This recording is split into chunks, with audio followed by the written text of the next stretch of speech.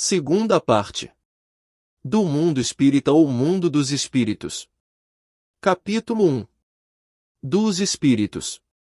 Origem e natureza dos espíritos. Item mundo normal primitivo. Forma e ubiquidade dos espíritos. Item perispírito. Item diferentes ordens de espíritos. Item escala espírita. Terceira ordem, espíritos imperfeitos. Segunda ordem, bons espíritos. Primeira ordem, espíritos puros. Item progressão dos espíritos. Item anjos e demônios. Origem e natureza dos espíritos. Que definição se pode dar dos espíritos? Pode dizer-se que os espíritos são os seres inteligentes da criação. Povoam o universo, fora do mundo material. Nota: a palavra espírito é empregada aqui para designar as individualidades dos seres extracorpóreos e não mais o elemento inteligente do universo. Os espíritos são seres distintos da divindade ou serão simples emanações ou porções desta e, por isto, denominados filhos de Deus? Meu Deus! São obra de Deus, exatamente como uma máquina é do homem que a fabrica. Esta máquina é obra do homem, não é o próprio homem. Sabes que, quando faz alguma coisa bela, útil, o homem lhe chama sua filha, criação sua. Pois bem, o mesmo se dá com relação a Deus, somos seus filhos, pois que somos obra sua. Os espíritos tiveram princípio ou existem, como Deus, de toda a eternidade? Se não tivessem tido princípio, seriam iguais a Deus, quando, ao invés, são criação sua e se acham submetidos à sua vontade. Deus existe de toda a eternidade, é incontestável. Quanto, porém, ao modo por que nos criou e em que momento o fez, nada sabemos. Podes dizer que não tivemos princípio, se quiseres com isso significar que, sendo eterno, Deus há de ter sempre criado ininterruptamente. Mas quando e como cada um de nós foi feito, repito-te, nenhum o sabe, aí é que está o mistério. Pois que há dois elementos gerais no universo, o elemento inteligente e o elemento material, poder-se-á dizer que os espíritos são formados do elemento inteligente, como os corpos inertes o são do elemento material. Evidentemente, os espíritos são a individualização do princípio inteligente, como os corpos são a individualização do princípio material. A época e o modo por que essa formação se operou é que são desconhecidos. A criação dos espíritos é permanente ou só se deu na origem dos tempos? É permanente. Quer dizer, Deus jamais deixou de criar. Os espíritos se formam espontaneamente ou procedem uns dos outros. Deus os cria, como a todas as outras criaturas, pela sua vontade, mas repito ainda uma vez, a origem deles é mistério. Será certo dizer-se que os espíritos são imateriais? Como se pode definir uma coisa, quando faltam termos de comparação e com uma linguagem deficiente? Pode um cego de nascença definir a luz? Imaterial não é bem o termo, incorpóreo seria mais exato, pois deves compreender que, sendo uma criação, o espírito há de ser alguma coisa. É a matéria quintessenciada, mas sem analogia para vós outros, e tão etérea que escapa inteiramente ao alcance dos vossos sentidos. Dizemos que os espíritos são imateriais, porque, pela sua essência, diferem de tudo que conhecemos sob o nome de matéria. Um povo de cegos careceria de termos para exprimir a luz e seus efeitos. O cego de nascença se julga capaz de todas as percepções pelo ouvido, pelo olfato, pelo paladar e pelo tato. Não compreende as ideias que só lhe poderiam ser dadas pelo sentido que lhe falta. Nós outros somos verdadeiros cegos com relação à essência dos seres sobre-humanos. Não os podemos definir senão por meio de comparações sempre imperfeitas ou por um esforço da imaginação. Os espíritos têm fim? Compreende-se que seja eterno o princípio de onde eles emanam, mas o que perguntamos é se suas individualidades têm um termo e se, em dado tempo, mais ou menos longo, o elemento de que são formados não se dissemina e volta à massa de onde saiu, como sucede com os corpos materiais. É difícil de conceber que uma coisa que teve começo possa não ter fim. Há muitas coisas que não compreendeis, porque tendes limitada a inteligência. Isso, porém, não é razão para que as repilais. O filho não compreende tudo que a seu pai é compreensível, nem ignorante tudo que o sábio apreende. Dizemos que a existência dos espíritos não tem fim. É tudo o que podemos, por agora, dizer. Mundo normal primitivo. Os espíritos constituem um mundo à parte, fora daquele que vemos? Sim, o mundo dos espíritos ou das inteligências incorpóreas. Qual dos dois, o mundo espírita ou o mundo corpóreo, é o principal, na ordem das coisas? O mundo espírita, que preexiste e sobrevive a tudo. O mundo corporal poderia deixar de existir, ou nunca ter existido, sem que isso alterasse a essência do mundo espírita. De certo. Eles são independentes, contudo, é incessante a correlação entre ambos, porquanto um sobre o outro incessantemente reagem. Ocupam os espíritos uma região determinada e circunscrita no espaço? Estão por toda parte. Povoam infinitamente os espaços infinitos. Tendes muitos deles de contínuo a vosso lado, observando-vos e sobre vós atuando, sem o perceberdes, pois que os espíritos são uma das potências da natureza e os instrumentos de que Deus se serve para a execução de seus desígnios providenciais. Nem todos, porém, vão a toda parte, por isso que há regiões interditas aos menos adiantado. Forma e ubiquidade dos espíritos. Os espíritos têm forma determinada, limitada e constante?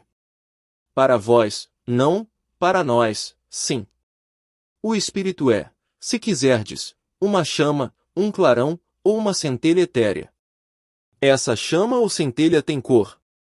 Tem uma cor que, para vós, vai do escuro ao brilho do rubi, conforme o espírito é mais ou menos puro. Representam-se de ordinário os gênios com uma chama ou estrela na fronte. É uma alegoria, que lembra a natureza essencial dos espíritos. Colocam-na no alto da cabeça, porque aí está a sede da inteligência. Os espíritos gastam algum tempo para percorrer o espaço? Sim, mas fazem-no com a rapidez do pensamento. O pensamento não é a própria alma que se transporta? Quando o pensamento está em alguma parte, a alma também aí está, pois que é a alma que pensa. O pensamento é um atributo. O espírito que se transporta de um lugar a outro tem consciência da distância que percorre dos espaços que atravessa ou é subitamente transportado ao lugar aonde quer ir. Dá-se uma e outra coisa.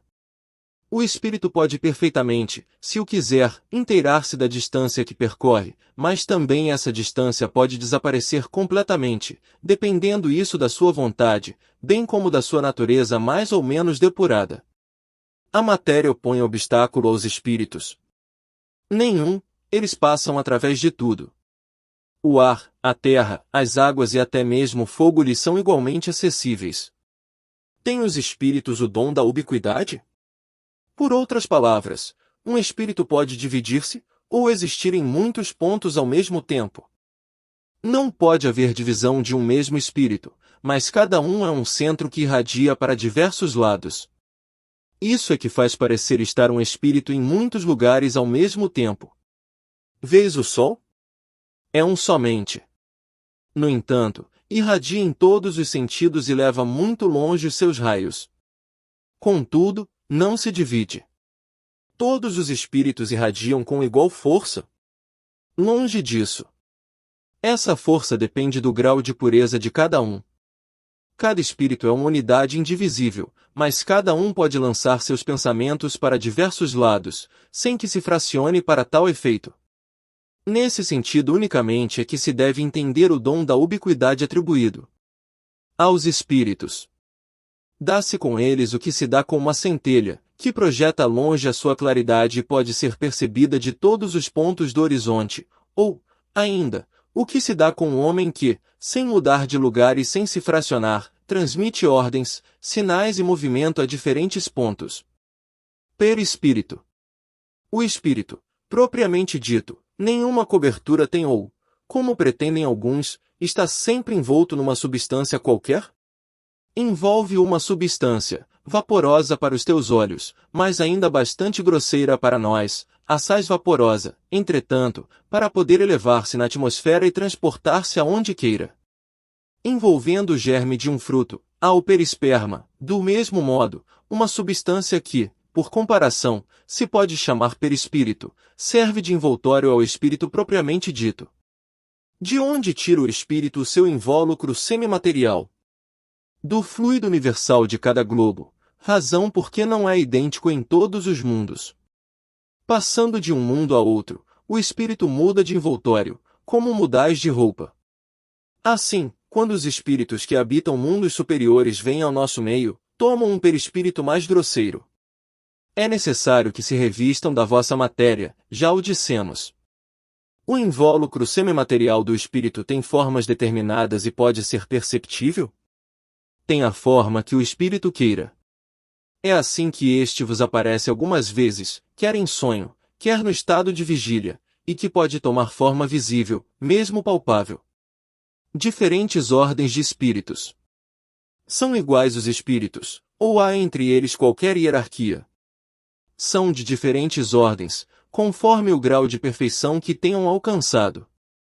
As ordens ou graus de perfeição dos espíritos são em número determinado. São ilimitadas em número, porque entre elas não há linhas de demarcação traçadas como barreiras, de sorte que as divisões podem ser multiplicadas ou restringidas livremente. Todavia, considerando-se os caracteres gerais dos espíritos, elas podem reduzir-se a 3 principais. Na primeira, colocar-se-ão os que atingiram a perfeição máxima, os puros espíritos. Formam a segunda os que chegaram ao meio da escala, o desejo do bem é o que neles predomina. Pertencerão a terceiros que ainda se acham na parte inferior da escala, os espíritos imperfeitos. A ignorância, o desejo do mal e todas as paixões mais que lhes retardam o progresso, eis o que os caracteriza. Os espíritos da segunda ordem, para os quais o bem constitui a preocupação dominante, têm o poder de praticá-lo.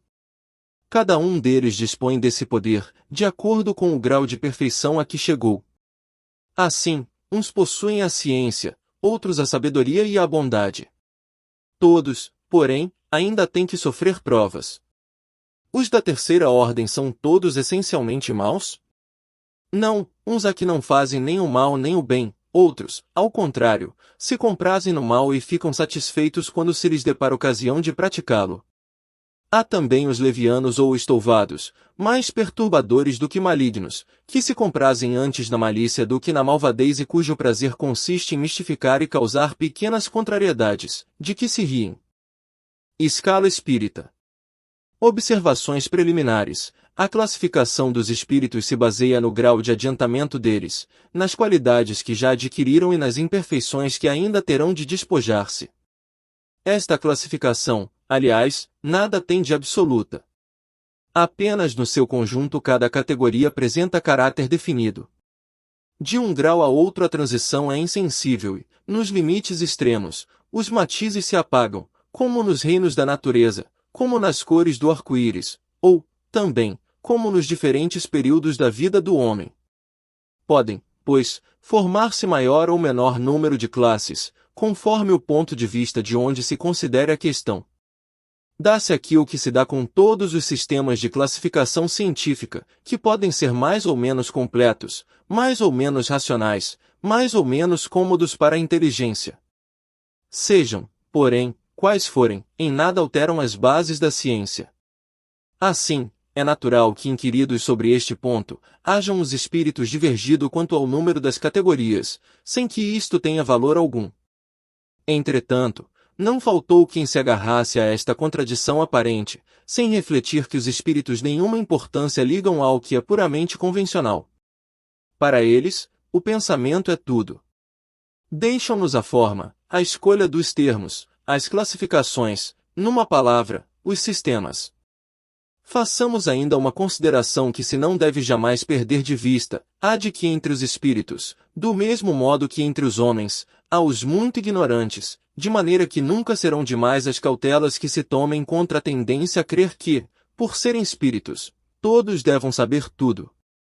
Qualquer classificação exige método, análise e conhecimento aprofundado do assunto.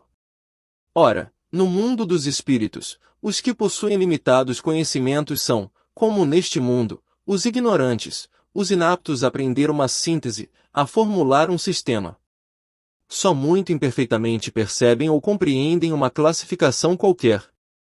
Consideram da primeira categoria todos os espíritos que lhes são superiores, por não poderem apreciar as gradações de saber, de capacidade e de moralidade que os distinguem, como sucede entre nós a um homem rude com relação aos civilizados.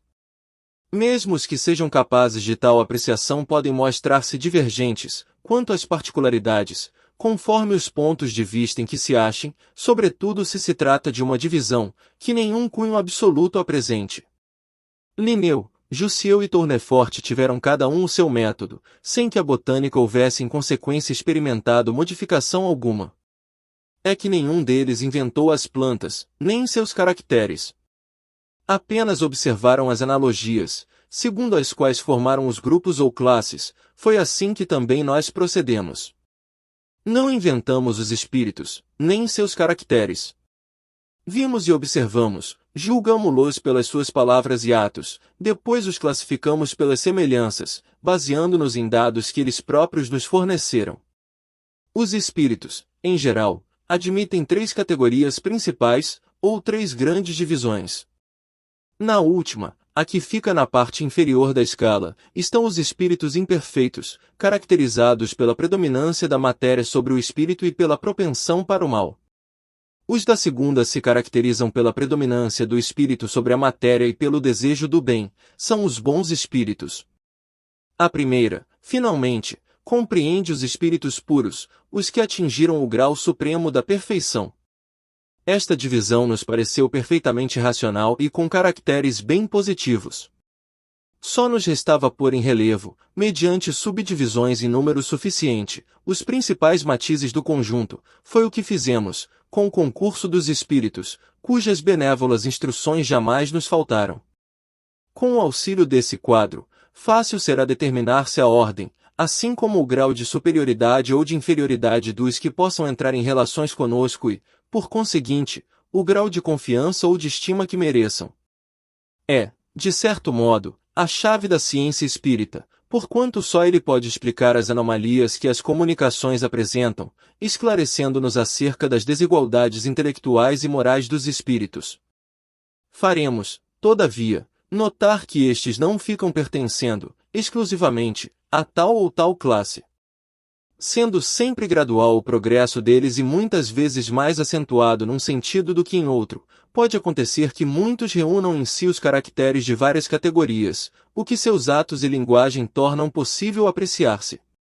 Terceira ordem, espíritos imperfeitos. Caracteres gerais. Predominância da matéria sobre o espírito. Propensão para o mal e ignorância, orgulho, egoísmo e todas as paixões que lhes são consequentes. Têm a intuição de Deus, mas não o compreendem. Nem todos são essencialmente maus. Em alguns há mais leviandade, irreflexão e malícia do que verdadeira maldade. Uns não fazem o bem nem o mal, mas, pelo simples fato de não fazerem o bem, já denotam a sua inferioridade. Outros, ao contrário, se comprazem no mal e rejubilam quando uma ocasião se lhes depara de praticá-lo. A inteligência pode achar-se neles aliada à maldade ou à malícia, seja, porém, qual for o grau que tenham alcançado de desenvolvimento intelectual, suas ideias são pouco elevadas e mais ou menos abjetos seus sentimentos. Restritos conhecimentos têm das coisas do mundo espírita e o pouco que sabem se confunde com as ideias e preconceitos da vida corporal.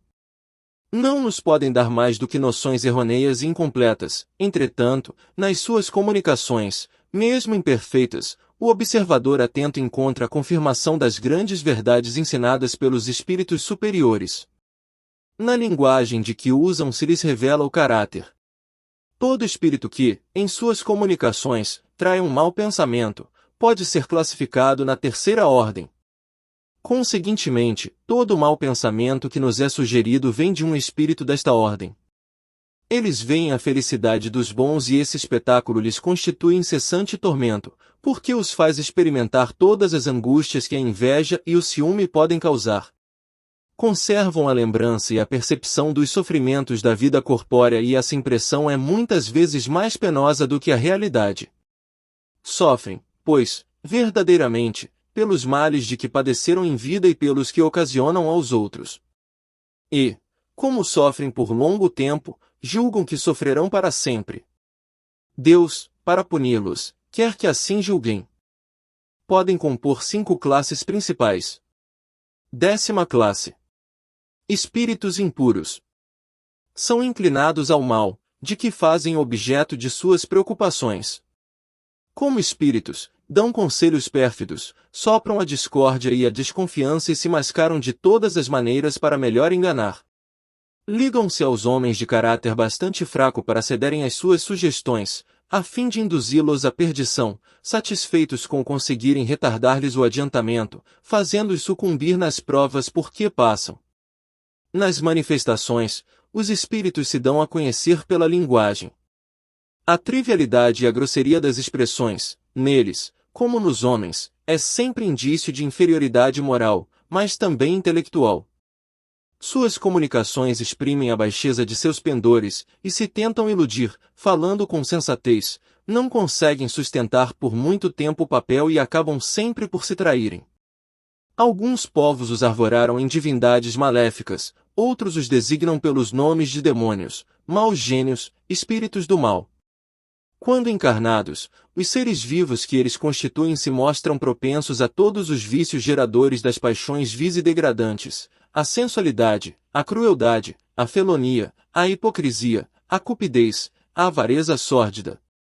Fazem o mal por prazer, as mais das vezes sem motivo, e, por ódio ao bem, quase sempre escolhem suas vítimas entre as pessoas honestas.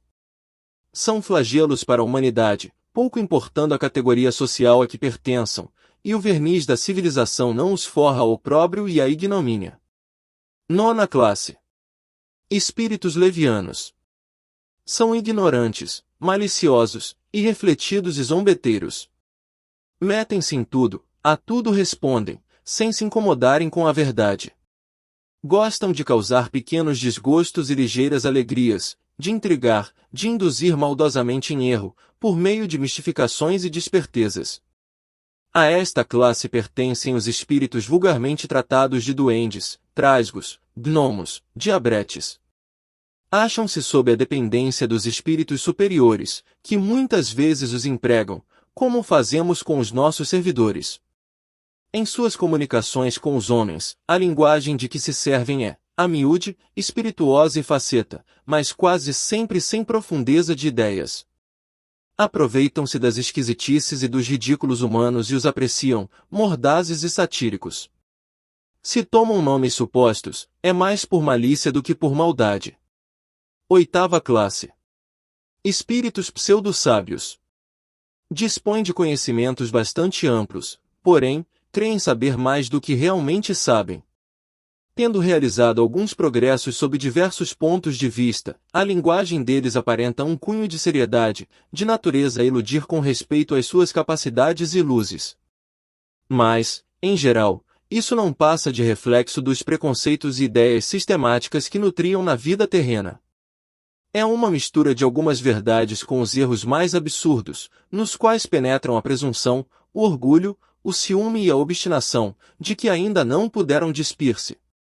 7ª classe. Espíritos neutros.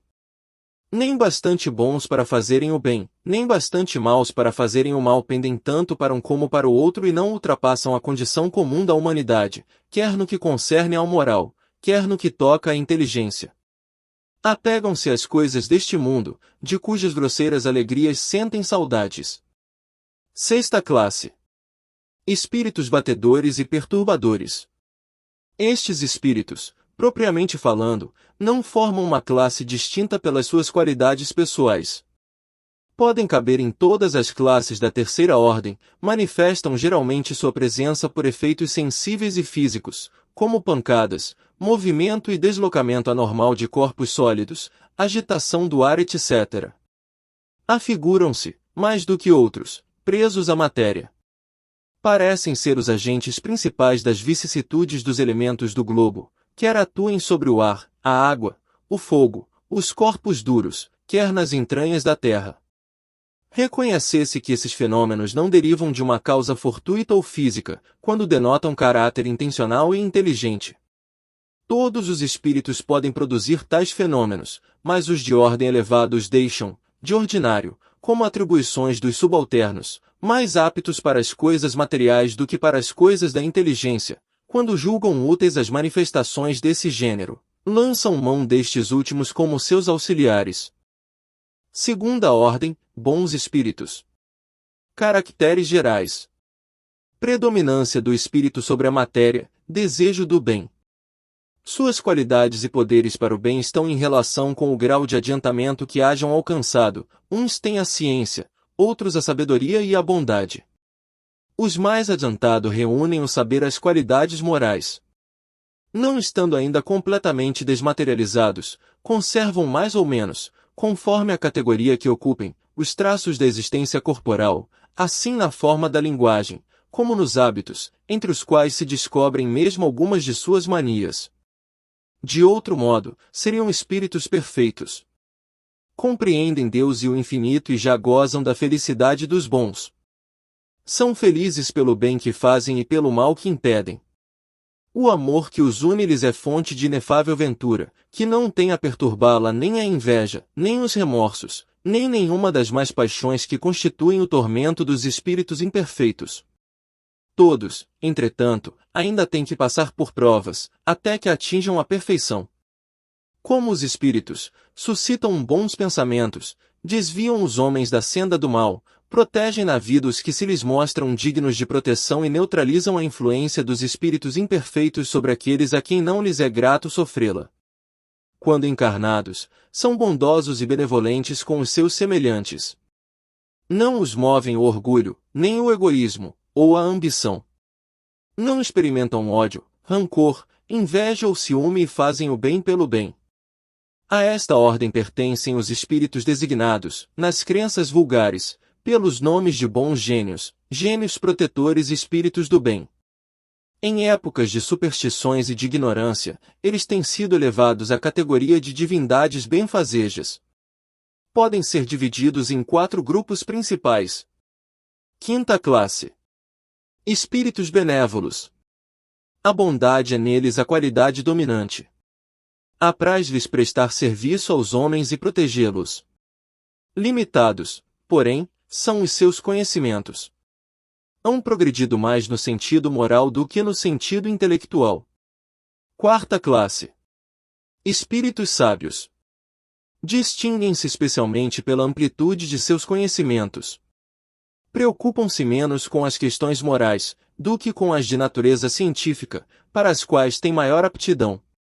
Entretanto, só encaram a ciência do ponto de vista da sua utilidade e jamais dominados por quaisquer paixões próprias dos espíritos imperfeitos.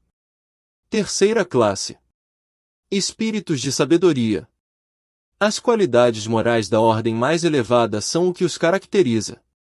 Sem possuírem ilimitados conhecimentos, são dotados de uma capacidade intelectual que lhes faculta juízo reto sobre os homens e as coisas. Segunda classe. Espíritos superiores. Esses em si reúnem a ciência, a sabedoria e a bondade. Da linguagem que empregam se exala sempre a benevolência, é uma linguagem invariavelmente digna, elevada e, muitas vezes, sublime. Sua superioridade os torna mais aptos do que os outros a nos darem noções exatas sobre as coisas do mundo incorpóreo, dentro dos limites do que é permitido ao homem saber. Comunicam-se complacentemente com os que procuram de boa fé a verdade e cuja alma já está bastante desprendida das ligações terrenas para compreendê-la. Afastam-se, porém, daqueles a quem só a curiosidade impele, ou que, por influência da matéria, fogem à prática do bem. Quando, por exceção, encarnam na Terra, é para cumprir missão de progresso e então nos oferecem o tipo da perfeição a que a humanidade pode aspirar neste mundo. Primeira ordem, espíritos puros. Caracteres gerais. Nenhuma influência da matéria. Superioridade intelectual e moral absoluta, com relação aos espíritos das outras ordens. Primeira classe. Classe única. Os espíritos que a compõem percorreram todos os graus da escala e se despojaram de todas as impurezas da matéria. Tendo alcançado a soma de perfeição de que é suscetível a criatura, não tem mais que sofrer provas, nem expiações. Não estando mais sujeitos à reencarnação em corpos perecíveis, realizam a vida eterna no seio de Deus. Gozam de inalterável felicidade, porque não se acham submetidos às necessidades, nem às vicissitudes da vida material.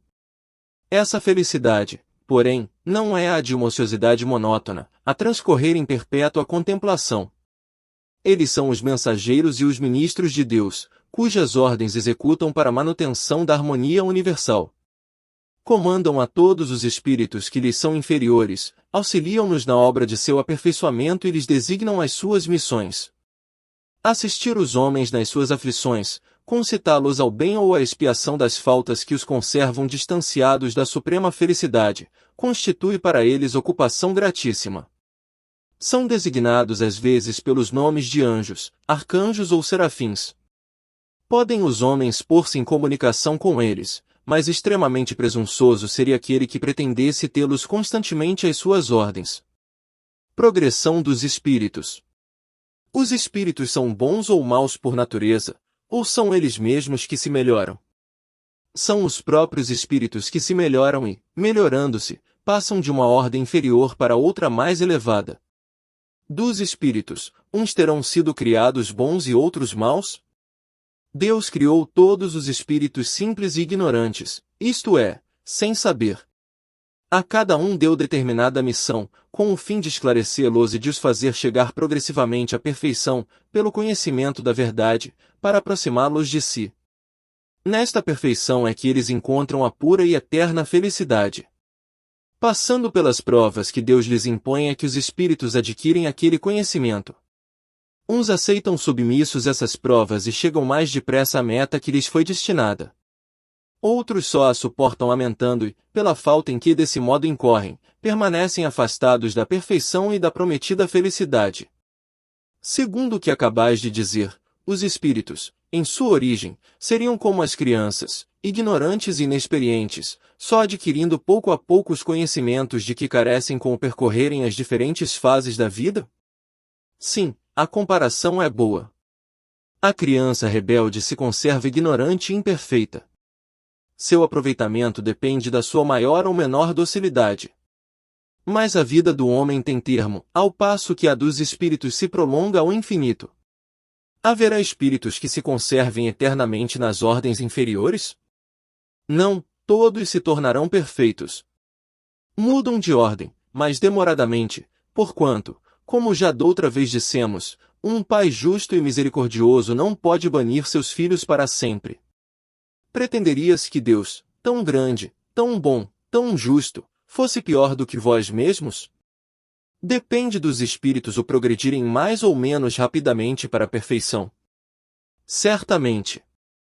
Eles a alcançam mais ou menos rápido, conforme o desejo que têm de alcançá-la e a submissão que testemunham à vontade de Deus.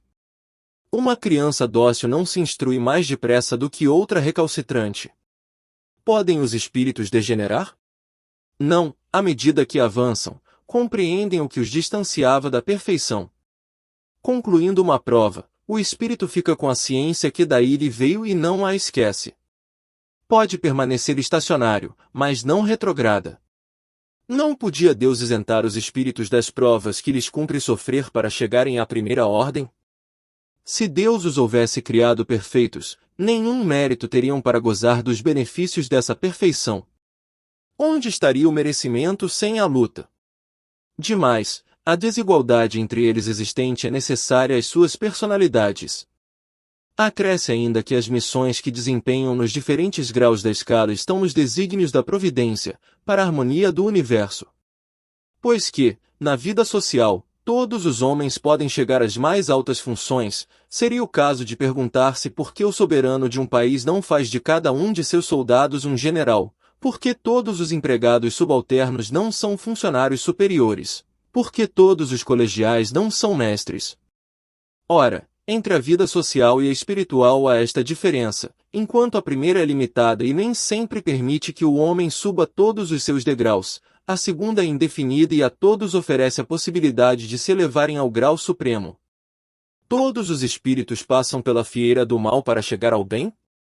Pela fieira do mal, não, pela fieira da ignorância. Por que alguns espíritos seguiram o caminho do bem e outros o do mal? Não têm eles o livre-arbítrio? Deus não os criou maus, criou-os simples e ignorantes, isto é, tendo tanta aptidão para o bem quanto para o mal. Os que são maus, assim se tornaram por vontade própria.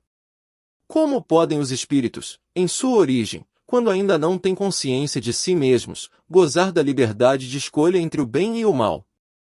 Há neles algum princípio, qualquer tendência que os encaminhe para uma senda de preferência a outra?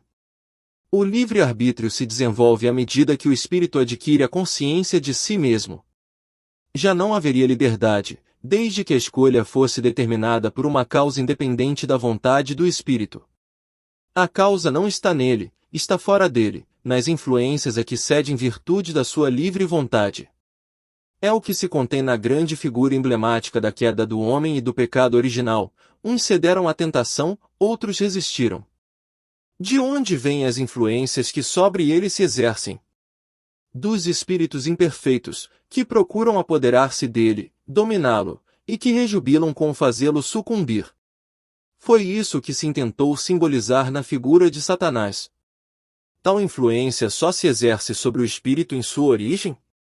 Acompanha-o na sua vida de espírito, até que haja conseguido tanto império sobre si mesmo, que os maus desistem de obsidiá-lo. Por que há Deus permitido que os espíritos possam tomar o caminho do mal? Como ousais pedir a Deus contas de seus atos? Supondes poder penetrar-lhe os desígnios? Podeis, todavia, dizer o seguinte: a sabedoria de Deus está na liberdade de escolher que ele deixa a cada um, porquanto, assim, cada um tem o mérito de suas obras. Pois que há espíritos que desde o princípio seguem o caminho do bem absoluto e outros o do mal absoluto, deve haver, sem dúvida, gradações entre esses dois extremos. Não? Sim, certamente, e os que se acham nos graus intermédios constituem a maioria. Os espíritos que enveredaram pela senda do mal poderão chegar ao mesmo grau de superioridade que os outros? Sim, mas as eternidades lhes serão mais longas. Por estas palavras, as eternidades, se deve entender a ideia que os espíritos inferiores fazem da perpetuidade de seus sofrimentos, cujo termo não lhes é dado ver, ideia que revive todas as vezes que sucumbe numa prova. Chegados ao grau supremo da perfeição, os espíritos que andaram pelo caminho do mal têm, aos olhos de Deus, menos mérito do que os outros. Deus olha de igual maneira para os que se transviaram e para os outros e a todos ama com o mesmo coração. Aqueles são chamados maus, porque sucumbiram. Antes, não eram mais que simples espíritos. Os espíritos são criados iguais quanto às faculdades intelectuais? São criados iguais, porém, não sabendo de onde vêm, preciso é que o livre-arbítrio siga seu curso. Eles progridem mais ou menos rapidamente em inteligência como em moralidade. Os espíritos que desde o princípio seguem o caminho do bem nem por isso são espíritos perfeitos. Não têm, é certo, maus pendores, mas precisam adquirir a experiência e os conhecimentos indispensáveis para alcançar a perfeição. Podemos compará-los a crianças que, seja qual for a bondade de seus instintos naturais, necessitam de se desenvolver e esclarecer e que não passam, sem transição, da infância à madureza. Simplesmente, assim como há homens que são bons e outros que são maus desde a infância, também há espíritos que são bons ou maus desde a origem, com a diferença capital de que a criança tem instintos já inteiramente formados, enquanto o espírito, ao formar-se, não é nem bom nem mau, tem todas as tendências e toma uma ou outra direção, por efeito do seu livre-arbítrio. Anjos e demônios. Os seres a que chamamos anjos, arcanjos, serafins, formam uma categoria especial, de natureza diferente da dos outros espíritos. Não, são os espíritos puros, os que se acham no mais alto grau da escala e reúnem todas as perfeições. A palavra anjo desperta geralmente a ideia de perfeição moral. Entretanto, ela se aplica muitas vezes à designação de todos os seres, bons e maus, que estão fora da humanidade. Disse, o anjo bom e o anjo mau, o anjo de luz e o anjo das trevas. Neste caso, o termo é sinônimo de espírito ou de gênio. Tomamo-lo aqui na sua melhor acepção. Os anjos têm percorrido todos os graus da escala? Percorreram todos os graus, mas do modo que havemos dito, uns, aceitando sem murmurar suas missões, chegaram depressa, outros, gastaram mais ou menos tempo para chegar à perfeição. Sendo errônea a opinião dos que admitem a existência de seres criados perfeitos e superiores a todas as outras criaturas, como se explica que essa crença esteja na tradição de quase todos os povos? Fica sabendo que o mundo onde te achas não existe de toda a eternidade e que, muito tempo antes que ele existisse, já havia espíritos que tinham atingido o grau supremo. Acreditaram os homens que eles eram assim desde todos os tempos. Há demônios, no sentido que se dá a esta palavra? Se houvesse demônios, seriam obra de Deus. Mas, porventura, Deus seria justo e bom se houvera criado seres destinados eternamente ao mal e a permanecerem eternamente desgraçados? Se há demônios, eles se encontram no mundo inferior em que habitais e em outros semelhantes. São esses homens hipócritas que fazem de um Deus justo um Deus mau e vingativo e que julgam agradá-lo por meio das abominações que praticam em seu nome. A palavra demônio não implica a ideia de espírito mau, senão na sua acepção moderna, porquanto o termo grego daimon, de onde ela derivou, significa gênio, inteligência e se aplicava aos seres incorpóreos, bons ou maus, indistintamente. Por demônios, segundo a acepção vulgar da palavra, se entendem seres essencialmente malfazejos. Como todas as coisas, eles teriam sido criados por Deus. Ora, Deus, que é soberanamente justo e bom, não pode ter criado seres prepostos, por sua natureza, ao mal e condenados por toda a eternidade. Se não fossem obra de Deus, existiriam, como ele, desde toda a eternidade, ou então haveria muitas potências soberanas. A primeira condição de toda doutrina é ser lógica. Ora, a dos demônios, no sentido absoluto, falta esta base essencial. Concebe-se que povos atrasados, os quais, por desconhecerem os atributos de Deus, admitem em suas crenças divindades maléficas, também admitam demônios. Mas é ilógico e contraditório que quem faz da bondade um dos atributos essenciais de Deus suponha haver ele criado seres destinados ao mal e a praticá-lo perpetuamente, porque isso equivale a lhe negar a bondade. Os partidários dos demônios se apoiam nas palavras do Cristo. Não seremos nós quem conteste a autoridade de seus ensinos, que desejáramos ver mais no coração do que na boca dos homens, porém estarão aqueles partidários certos do sentido que ele dava a esse vocábulo. Não é sabido que a forma alegórica constitui um dos caracteres distintivos da sua linguagem?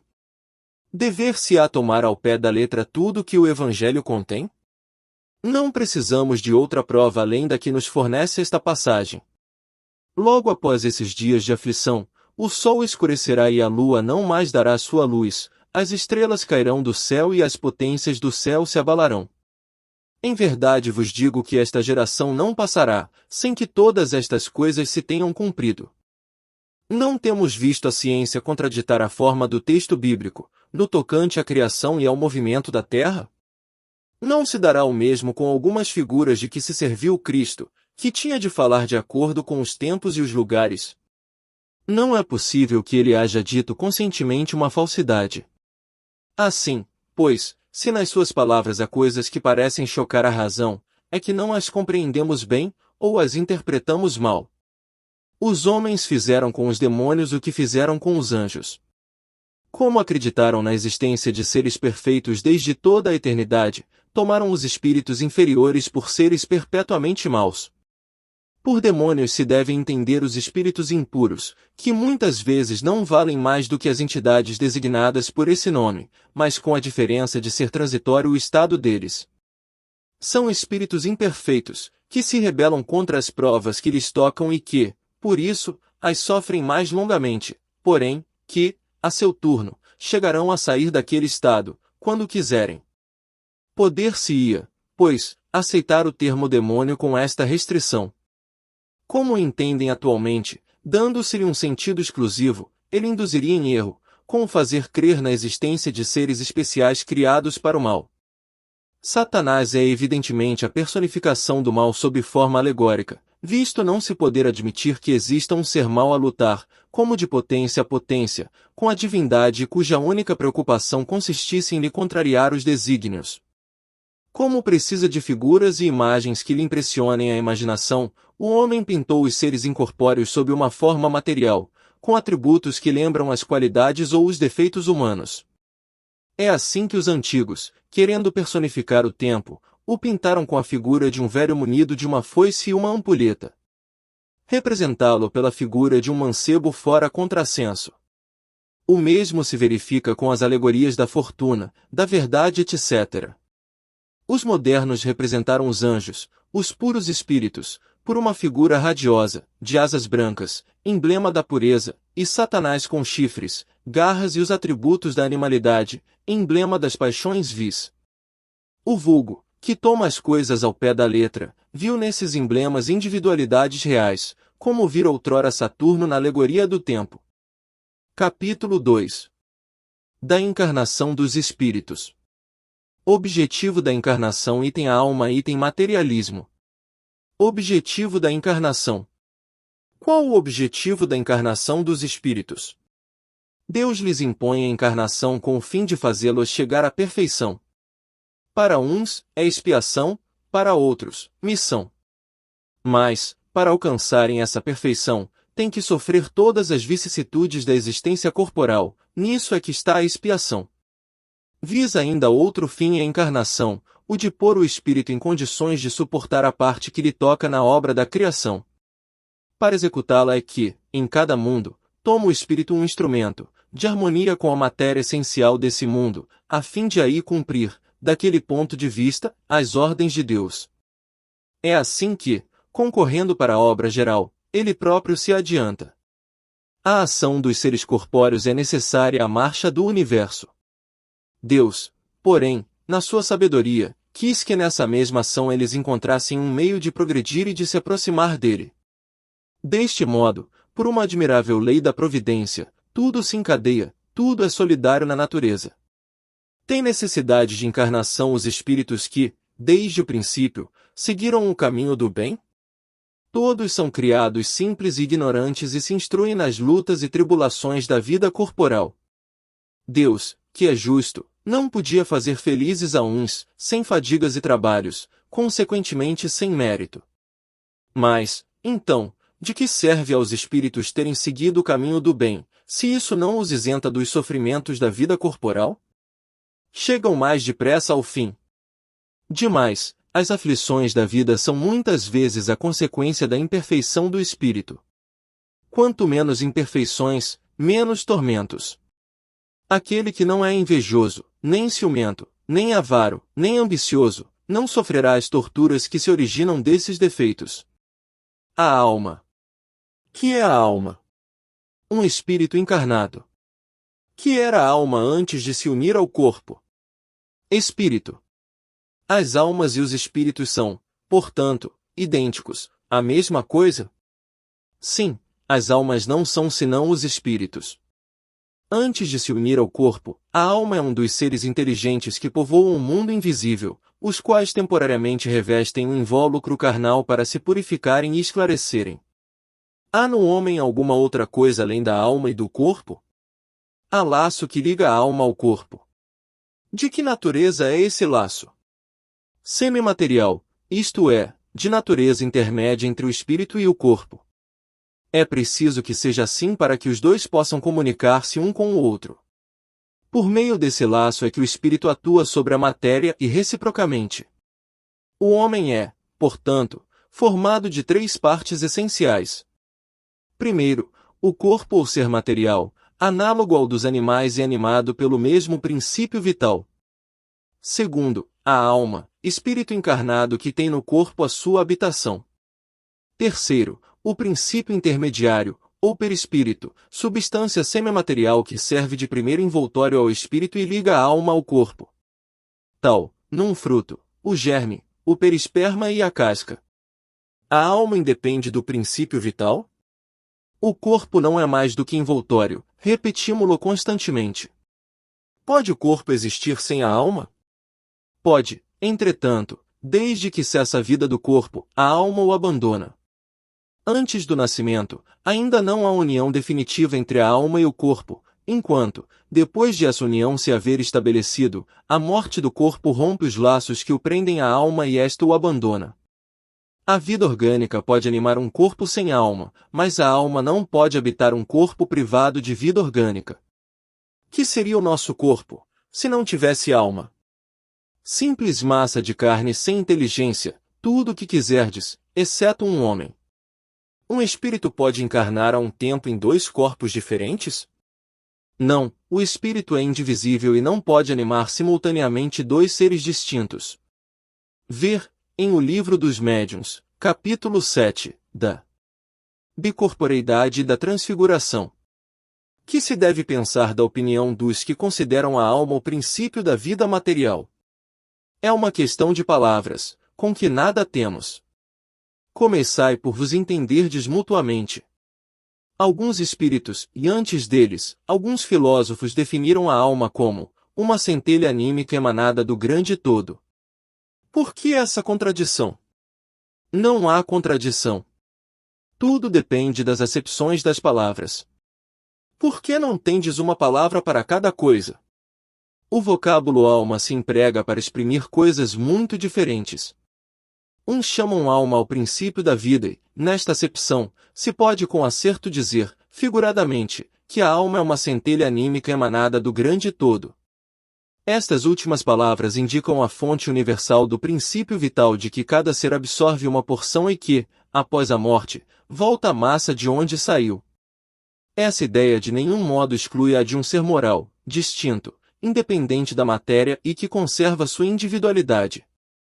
A esse ser, igualmente, se dá o nome de alma e nesta acepção é que se pode dizer que a alma é um espírito encarnado.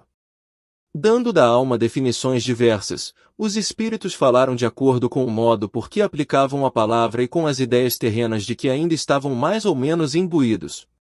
Isto resulta da deficiência da linguagem humana, que não dispõe de uma palavra para cada ideia, onde uma imensidade de equívocos e discussões. Eis porque os espíritos superiores nos dizem que primeiro nos entendamos acerca das palavras. Que se deve pensar da teoria da alma subdividida em tantas partes quantos são os músculos e presidindo assim a cada uma das funções do corpo? Ainda isto depende do sentido que se empreste à palavra alma. Se se entende por alma o fluido vital, essa teoria tem razão de ser, se se entende por alma o espírito encarnado, é errônea. Já dissemos que o espírito é indivisível. Ele imprime movimento aos órgãos, servindo-se do fluido intermediário, sem que para isso se divida. Entretanto, alguns espíritos deram essa definição. Os espíritos ignorantes podem tomar o efeito pela causa. A alma atua por intermédio dos órgãos e os órgãos são animados pelo fluido vital, que por ele se reparte, existindo em maior abundância nos que são centros ou focos de movimento. Essa explicação, porém, não procede, desde que se considere a alma o espírito que habita o corpo durante a vida e o deixa por ocasião da morte. Há alguma coisa de verdadeiro na opinião dos que pretendem que a alma seja exterior ao corpo e o circunvolve? A alma não se acha encerrada no corpo, qual pássaro numa gaiola. Irradia e se manifesta exteriormente, como a luz através de um globo de vidro, ou como o som em torno de um centro de sonoridade. Neste sentido se pode dizer que a alma é exterior, sem que por isso constitua o envoltório do corpo. A alma tem dois invólucros, um, sutil e leve, é o primeiro, ao qual chamas perispírito, outro, grosseiro, material e pesado, o corpo. A alma é o centro de todos os envoltórios, como o germe em um núcleo, já o temos dito. Que dizeis dessa outra teoria segundo a qual a alma, numa criança, se vai completando a cada período da vida? O espírito é uno e está todo na criança, como no adulto. Os órgãos, ou instrumentos das manifestações da alma, é que se desenvolvem e se completam. Ainda aí tomam efeito pela causa. Por que todos os espíritos não definem do mesmo modo a alma? Os espíritos não se acham todos esclarecidos igualmente sobre estes assuntos. Há espíritos de inteligência ainda limitada, que não compreendem as coisas abstratas. São como as crianças entre vós. Também há espíritos pseudo-sábios, que fazem alarde de palavras, para se imporem, ainda como sucede entre vós.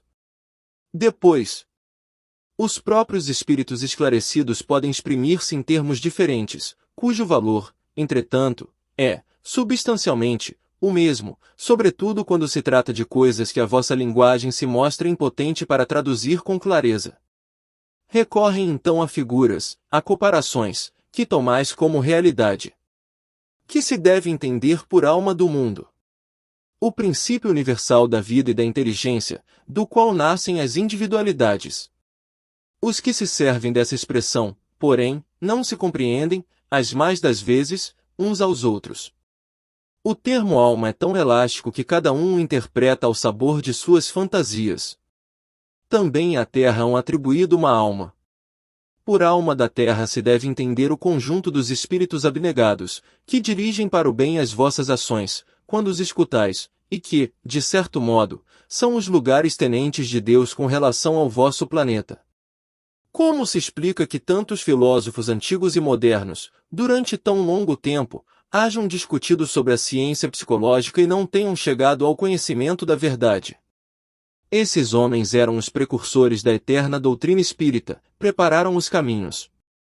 Eram homens, e como tais, se enganaram, tomando suas próprias ideias pela luz. No entanto, mesmo os seus erros servem para realçar a verdade, mostrando o pró e o contra. Demais, entre esses erros se encontram grandes verdades que um estudo comparativo torna apreensíveis. A alma tem, no corpo, sede determinada e circunscrita? Não, porém, nos grandes gênios, em todos os que pensam muito, ela reside mais particularmente na cabeça, ao passo que ocupa principalmente o coração naqueles que muito sentem e cujas ações têm todas por objeto a humanidade. Que se deve pensar da opinião dos que situam a alma num centro vital? Quer isso dizer que o espírito habita de preferência essa parte do vosso organismo, por ser aí o ponto de convergência de todas as sensações?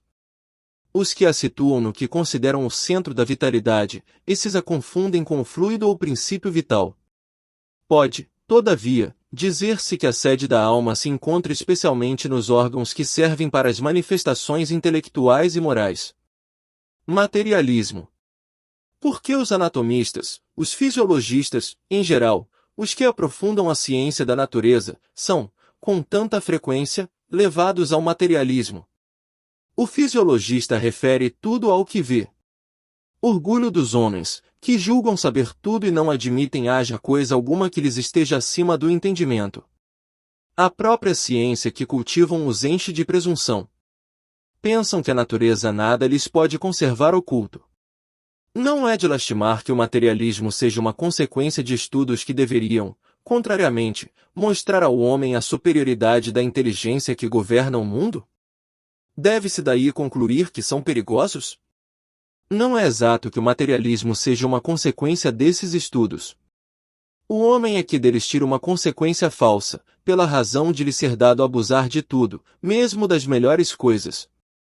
Acresce que o nada os amedronta mais do que eles queriam que parecesse, e os espíritos fortes, quase sempre, são antes fanfarrões do que bravos. Na sua maioria, só são materialistas porque não têm com que encher o vazio do abismo que diante deles se abre. Mostrai-lhes uma âncora de salvação e a ela se agarrarão pressurosamente. Por uma aberração da inteligência, pessoas aqui só veem nos seres orgânicos a ação da matéria e a esta atribuem todos os nossos atos. No corpo humano apenas veem a máquina elétrica, somente pelo funcionamento dos órgãos estudaram o mecanismo da vida, cuja repetida extinção observaram, por efeito da ruptura de um fio, e nada mais enxergaram além desse fio. Procuraram saber se alguma coisa restava, como nada acharam senão matéria, que se tornará inerte, como não viram a alma escapar-se, como não a puderam apanhar, concluíram que tudo se continha nas propriedades da matéria e que, portanto, a morte se seguia à aniquilação do pensamento. Triste consequência, se fora real, porque então o bem ou o mal nada significariam, o homem teria razão para só pensar em si e para colocar acima de tudo a satisfação de seus apetites materiais. Quebrados estariam os laços sociais e as mais santas afeições se romperiam para sempre. Felizmente, longe estão de ser gerais semelhantes ideias, que se podem mesmo ter por muito circunscritas, constituindo apenas opiniões individuais, pois que em parte alguma ainda formaram doutrina. Uma sociedade que se fundasse sobre tais bases traria em si o germe de sua dissolução e seus membros se entredevorariam como animais ferozes. O homem tem, instintivamente, a convicção de que nem tudo se lhe acaba com a vida. O nada lhe infunde horror. É em vão que se obstina contra a ideia da vida futura. Ao soar o momento supremo, poucos são os que não inquirem do que vai ser deles, porque a ideia de deixar a vida para sempre algo oferece de pungente. Quem, de fato, poderia encarar com indiferença uma separação absoluta, eterna, de tudo que foi objeto de seu amor? Quem poderia ver, sem terror, abrir-se diante si o imensurável abismo do nada, onde se sepultassem para sempre todas as suas faculdades, todas as suas esperanças, e dizer a si mesmo, pois que, depois de mim, nada, nada mais, senão o vácuo, tudo definitivamente acabado, mais alguns dias e a minha lembrança se terá apagado da memória dos que me sobreviverem, nenhum vestígio, dentro em pouco, restará da minha passagem pela terra. Até mesmo o bem que fiz será esquecido pelos ingratos a quem beneficiei. E nada, para compensar tudo isto, nenhuma outra perspectiva, além da do meu corpo roído pelos vermes. Não tem este quadro alguma coisa de horrível, de glacial? A religião ensina que não pode ser assim e a razão não o confirma. Uma existência futura, porém, vaga e indefinida não apresenta o que satisfaça ao nosso desejo do positivo. Essa, em muitos, a origem da dúvida. Possuímos alma, está bem, mas que é a nossa alma? Tem forma, uma aparência qualquer? É um ser limitado ou indefinido? Dizem alguns que é um sopro de Deus, outros, uma centelha, outros, uma parcela do grande todo, o princípio da vida e da inteligência. Que é, porém, o que de tudo isto ficamos sabendo? Que nos importa ter uma alma, se, extinguindo-se-nos a vida, ela desaparece na imensidade, como as gotas de água no oceano? A perda da nossa individualidade não equivale, para nós, ao nada? Disse também que a alma é imaterial. Ora, uma coisa imaterial carece de proporções determinadas. Desde então, nada é para nós. A religião ainda nos ensina que seremos felizes ou desgraçados, conforme o bem ou o mal que houvermos feito. Que vem a ser, porém, essa felicidade que nos aguarda no seio de Deus? Será uma beatitude, uma contemplação eterna, sem outra ocupação mais do que entoar louvores ao Criador? As chamas do inferno serão uma realidade ou um símbolo? A própria Igreja lhes dá esta última significação, mas, então, que são aqueles sofrimentos? Onde esse lugar de suplício? Numa palavra, que é o que se faz, que é o que se vê, nesse outro mundo que a todos nos espera? Dizem que ninguém jamais voltou de lá para nos dar informações. É erro dizê-lo e a missão do Espiritismo consiste precisamente em nos esclarecer acerca desse futuro, em fazer com que, até certo ponto, o toquemos com o dedo e o penetremos com o olhar, não mais pelo raciocínio somente, porém pelos fatos.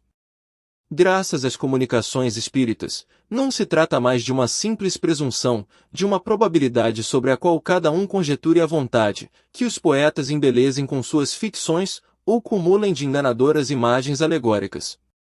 É a realidade que nos aparece, pois que são os próprios seres de além-túmulo que nos vêm descrever a situação em que se acham, relatar o que fazem, facultando-nos assistir, por assim dizer, a todas as peripécias da nova vida que lá vivem e mostrando-nos, por esse meio, a sorte inevitável que nos está reservada, de acordo com os nossos méritos e deméritos. Haverá nisso alguma coisa de antirreligioso? Muito ao contrário, porquanto os incrédulos encontram aí a fé e os tíbios a renovação do fervor e da confiança. O Espiritismo é, pois, o mais potente auxiliar da religião. Se ele aí está, é porque Deus o permite para que as nossas vacilantes esperanças se revigorem e para que sejamos reconduzidos à senda do bem pela perspectiva do futuro. Capítulo 3. Da volta do espírito, extinta a vida corpórea, a vida espiritual. A alma após a morte, sua individualidade. Vida eterna. Separação da alma e do corpo. Item perturbação espiritual. A alma após a morte, sua individualidade. Vida eterna. Que sucede à alma no instante da morte? Volta a ser espírito, isto é, volve ao mundo dos espíritos, donde se apartará momentaneamente. A alma, após a morte, conserva sua individualidade? Sim, jamais a perde. Que seria ela, se não a conservasse? Como comprova a alma a sua individualidade, uma vez que não tem mais corpo material? Continua a ter um fluido que lhe é próprio, haurido na atmosfera do seu planeta, e que guarda a aparência de sua última encarnação, seu perispírito. A alma nada leva consigo deste mundo? Nada, a não ser a lembrança e o desejo de ir para um mundo melhor, lembrança cheia de doçura ou de amargor, conforme o uso que ela fez da vida. Quanto mais pura for, melhor compreenderá a futilidade do que deixa na terra. Que pensar da opinião dos que dizem que após a morte a alma retorna ao todo universal? O conjunto dos espíritos não forma um todo? Não constitui um mundo completo? Quando estás numa assembleia, és parte integrante dela, mas, não obstante, conservas sempre a tua individualidade. Que prova podemos ter da individualidade da alma depois da morte? Não tendes essa prova nas comunicações que recebeis? Se não fosseis cegos, veríeis; se não fosseis surdos, ouviríeis, pois que muito a miúde uma voz vos fala, reveladora da existência de um ser que está fora de vós. Os que pensam que, pela morte, a alma reingressa no todo universal estão em erro, se supõem que, semelhante à gota de água que cai no oceano, ela perde ali a sua individualidade. Estão certos, se por todo universal entendem o conjunto dos seres incorpóreos, conjunto de que cada alma ou espírito é um elemento. Se as almas se confundissem num amálgama só teriam as qualidades do conjunto, nada as distinguiria umas das outras. Careceriam de inteligência e de qualidades pessoais quando, ao contrário, em todas as comunicações, denotam ter consciência do seu eu e vontade própria. A diversidade infinita que apresentam, sob todos os aspectos, é a consequência mesma de constituírem individualidades diversas. Se, após a morte, só houvesse o que se chama o grande todo, a absorver todas as individualidades, esse todo seria uniforme, e, então, as comunicações que se recebessem do mundo invisível seriam idênticas. Desde que, porém, lá se nos deparam seres bons e maus, sábios e ignorantes, felizes e desgraçados, que lá os há de todos os caracteres, alegres e tristes, levianos e ponderados etc., patente se faz que eles são seres distintos. A individualidade ainda mais evidente se torna, quando esses seres provam a sua identidade por indicações incontestáveis, particularidades individuais verificáveis, referentes às suas vidas terrestres. Também não pode ser posta em dúvida, quando se fazem visíveis nas aparições. A individualidade da alma nos era ensinada em teoria, como artigo de fé. O Espiritismo a torna manifesta, de certo modo, material. Em que sentido se deve entender a vida eterna? A vida do espírito é eterna, a do corpo é transitória e passageira. Quando o corpo morre, a alma retoma a vida eterna. Não seria mais exato chamar vida eterna a dos espíritos puros, dos que, tendo atingido a perfeição, não estão sujeitos a sofrer mais prova alguma? Essa é antes a felicidade eterna, mas isto constitui uma questão de palavras. Chamai as coisas como quiserdes, contanto que vos entendais. Separação da alma e do corpo. É dolorosa a separação da alma e do corpo? Não, o corpo quase sempre sofre mais durante a vida do que no momento da morte, a alma nenhuma parte toma nisso.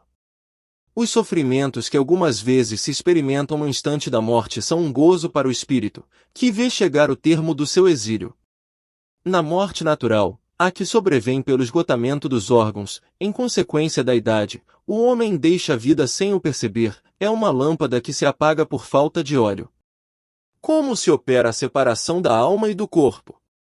Rotos os laços que a retinham, ela se desprende. A separação se dá instantaneamente por brusca transição? Haverá alguma linha de demarcação nitidamente traçada entre a vida e a morte? Não, a alma se desprende gradualmente, não se escapa como um pássaro cativo a que se restitua subitamente à liberdade. Aqueles dois estados se tocam e confundem, de sorte que o espírito se solta pouco a pouco dos laços que o prendiam. Estes laços se desatam, não se quebram. Durante a vida, o espírito se acha preso ao corpo pelo seu envoltório semimaterial ou perispírito. A morte é a destruição do corpo somente, não há desse outro invólucro, que do corpo se separa quando cessa neste a vida orgânica. A observação demonstra que, no instante da morte, o desprendimento do perispírito não se completa subitamente, que, ao contrário, se opera gradualmente com uma lentidão muito variável conforme os indivíduos. Em uns é bastante rápido, podendo dizer-se que o momento da morte é o da libertação, com apenas algumas horas de diferença. Em outros, naqueles sobretudo cuja vida foi toda material e sensual, o desprendimento é muito menos rápido, durando algumas vezes dias, semanas e até meses, o que não implica existir, no corpo, a menor vitalidade, nem a possibilidade de volver à vida, mas uma simples afinidade com o espírito, afinidade que guarda sempre proporção com a preponderância que, durante a vida, o espírito deu à matéria. É, com efeito, racional conceber-se que, quanto mais o espírito se haja identificado com a matéria, tanto mais penoso lhe seja separar-se dela, ao passo que a atividade intelectual e moral, a elevação dos pensamentos opera um começo de desprendimento, mesmo durante a vida do corpo, de modo que, chegando à morte, ele é quase instantâneo. Tal o resultado dos estudos feitos em todos os indivíduos que se tem podido observar por ocasião da morte. Essas observações ainda provam que a afinidade, persistente entre a alma e o corpo, em certos indivíduos, é, às vezes, muito penosa, porquanto o espírito pode experimentar o horror da decomposição. Este caso, porém, é excepcional e peculiar a certos gêneros de vida e a certos gêneros de morte, verifica-se com alguns suicidas. A separação definitiva da alma e do corpo pode ocorrer antes da cessação completa da vida orgânica? Na agonia, a alma, algumas vezes, já tem deixado o corpo, nada mais há que a vida orgânica. O homem já não tem consciência de si mesmo, entretanto, ainda lhe resta um sopro de vida orgânica. O corpo é a máquina que o coração põe em movimento. Existe, enquanto o coração faz circular nas veias o sangue, para o que não necessita da alma. No momento da morte, a alma sente, alguma vez, qualquer aspiração ou êxtase que lhe faça entrever o mundo onde vai de novo entrar. Muitas vezes a alma sente que se desfazem os laços que a prendem ao corpo. Emprega então todos os esforços para desfazê-los inteiramente. Já em parte desprendida da matéria, vê o futuro desdobrar-se diante de si e goza, por antecipação, do estado de espírito. O exemplo da lagarta que, primeiro, anda de rastos pela terra, depois se encerra na sua crisálida em estado de morte aparente, para enfim renascer com uma existência brilhante, pode dar-nos ideia da vida terrestre, do túmulo e, finalmente, da nossa nova existência? Uma ideia acanhada. A imagem é boa, todavia, cumpre não seja tomada ao pé da letra, como frequentemente vos sucede. Que sensação experimenta a alma no momento em que reconhece estar no mundo dos espíritos? Depende. Se praticaste o mal, impelido pelo desejo de o praticar, no primeiro momento te sentirás envergonhado de o haveres praticado. Com a alma do justo as coisas se passam de modo bem diferente. Ela se sente como que aliviada de grande peso, pois que não teme nenhum olhar perscrutador. O espírito se encontra imediatamente com os que conheceu na terra e que morreram antes dele? Sim, conforme a afeição que lhes votava e a que eles lhe consagravam. Muitas vezes aqueles seus conhecidos o vêm receber à entrada do mundo dos espíritos e o ajudam a desligar-se das faixas da matéria. Encontra-se também com muitos dos que conheceu e perdeu de vista durante a sua vida terrena. Vê os que estão na erraticidade, como vê os encarnados e os vai visitar. Em caso de morte violenta e acidental, quando os órgãos ainda não se enfraqueceram em consequência da idade ou das moléstias, a separação da alma e a cessação da vida ocorrem simultaneamente? Geralmente assim é, mas, em todos os casos, muito breve é o instante que medeia entre uma e outra. Após a decapitação, por exemplo, conserva o homem por alguns instantes a consciência de si mesmo? Não raro a conserva durante alguns minutos, até que a vida orgânica se tenha extinguido completamente, mas, também, quase sempre a apreensão da morte lhe faz perder aquela consciência antes do momento do suplício. Trata-se aqui da consciência que o supliciado pode ter de si mesmo, como homem e por intermédio dos órgãos, e não como espírito. Se não perdeu essa consciência antes do suplício, pode conservá-la por alguns breves instantes. Ela, porém, cessa necessariamente com a vida orgânica do cérebro, o que não quer dizer que o perispírito esteja inteiramente separado do corpo. Ao contrário, em todos os casos de morte violenta, quando a morte não resulta da extinção gradual das forças vitais, mais tenazes os laços que prendem o corpo ao perispírito e, portanto, mais lento o desprendimento completo. Perturbação espiritual. A alma tem consciência de si mesma imediatamente depois de deixar o corpo? Imediatamente não é bem o termo. A alma passa algum tempo em estado de perturbação. A perturbação que se segue à separação da alma e do corpo é do mesmo grau e da mesma duração para todos os espíritos? Não depende da elevação de cada um. Aquele que já está purificado, se reconhece quase imediatamente, pois que se libertou da matéria antes que cessasse a vida do corpo, enquanto o homem carnal, aquele cuja consciência ainda não está pura, guarda por muito mais tempo a impressão da matéria. O conhecimento do espiritismo exerce alguma influência sobre a duração, mais ou menos longa, da perturbação? Influência muito grande, por isso que o espírito já antecipadamente compreendia a sua situação, mas a prática do bem e a consciência pura são o que maior influência exercem. Por ocasião da morte, tudo, a princípio, é confuso. De algum tempo precisa a alma para entrar no conhecimento de si mesma. Ela se acha como que aturdida, no estado de uma pessoa que despertou de profundo sono e procura orientar-se sobre a sua situação. A lucidez das ideias e a memória do passado lhe voltam à medida que se apaga a influência da matéria que ela acaba de abandonar, e à medida que se dissipa a espécie de névoa que lhe obscurece os pensamentos. Muito variável é o tempo que dura a perturbação que se segue à morte. Pode ser de algumas horas, como também de muitos meses e até de muitos anos. Aqueles que, desde quando ainda viviam na Terra, se identificaram com o estado futuro que os aguardava, são os em quem menos longa ela é, porque esses compreendem imediatamente a posição em que se encontram. Aquela perturbação apresenta circunstâncias especiais, de acordo com os caracteres dos indivíduos e, principalmente, com o gênero de morte.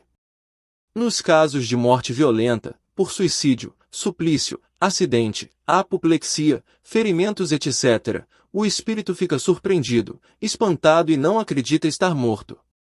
Obstinadamente sustenta que não o está.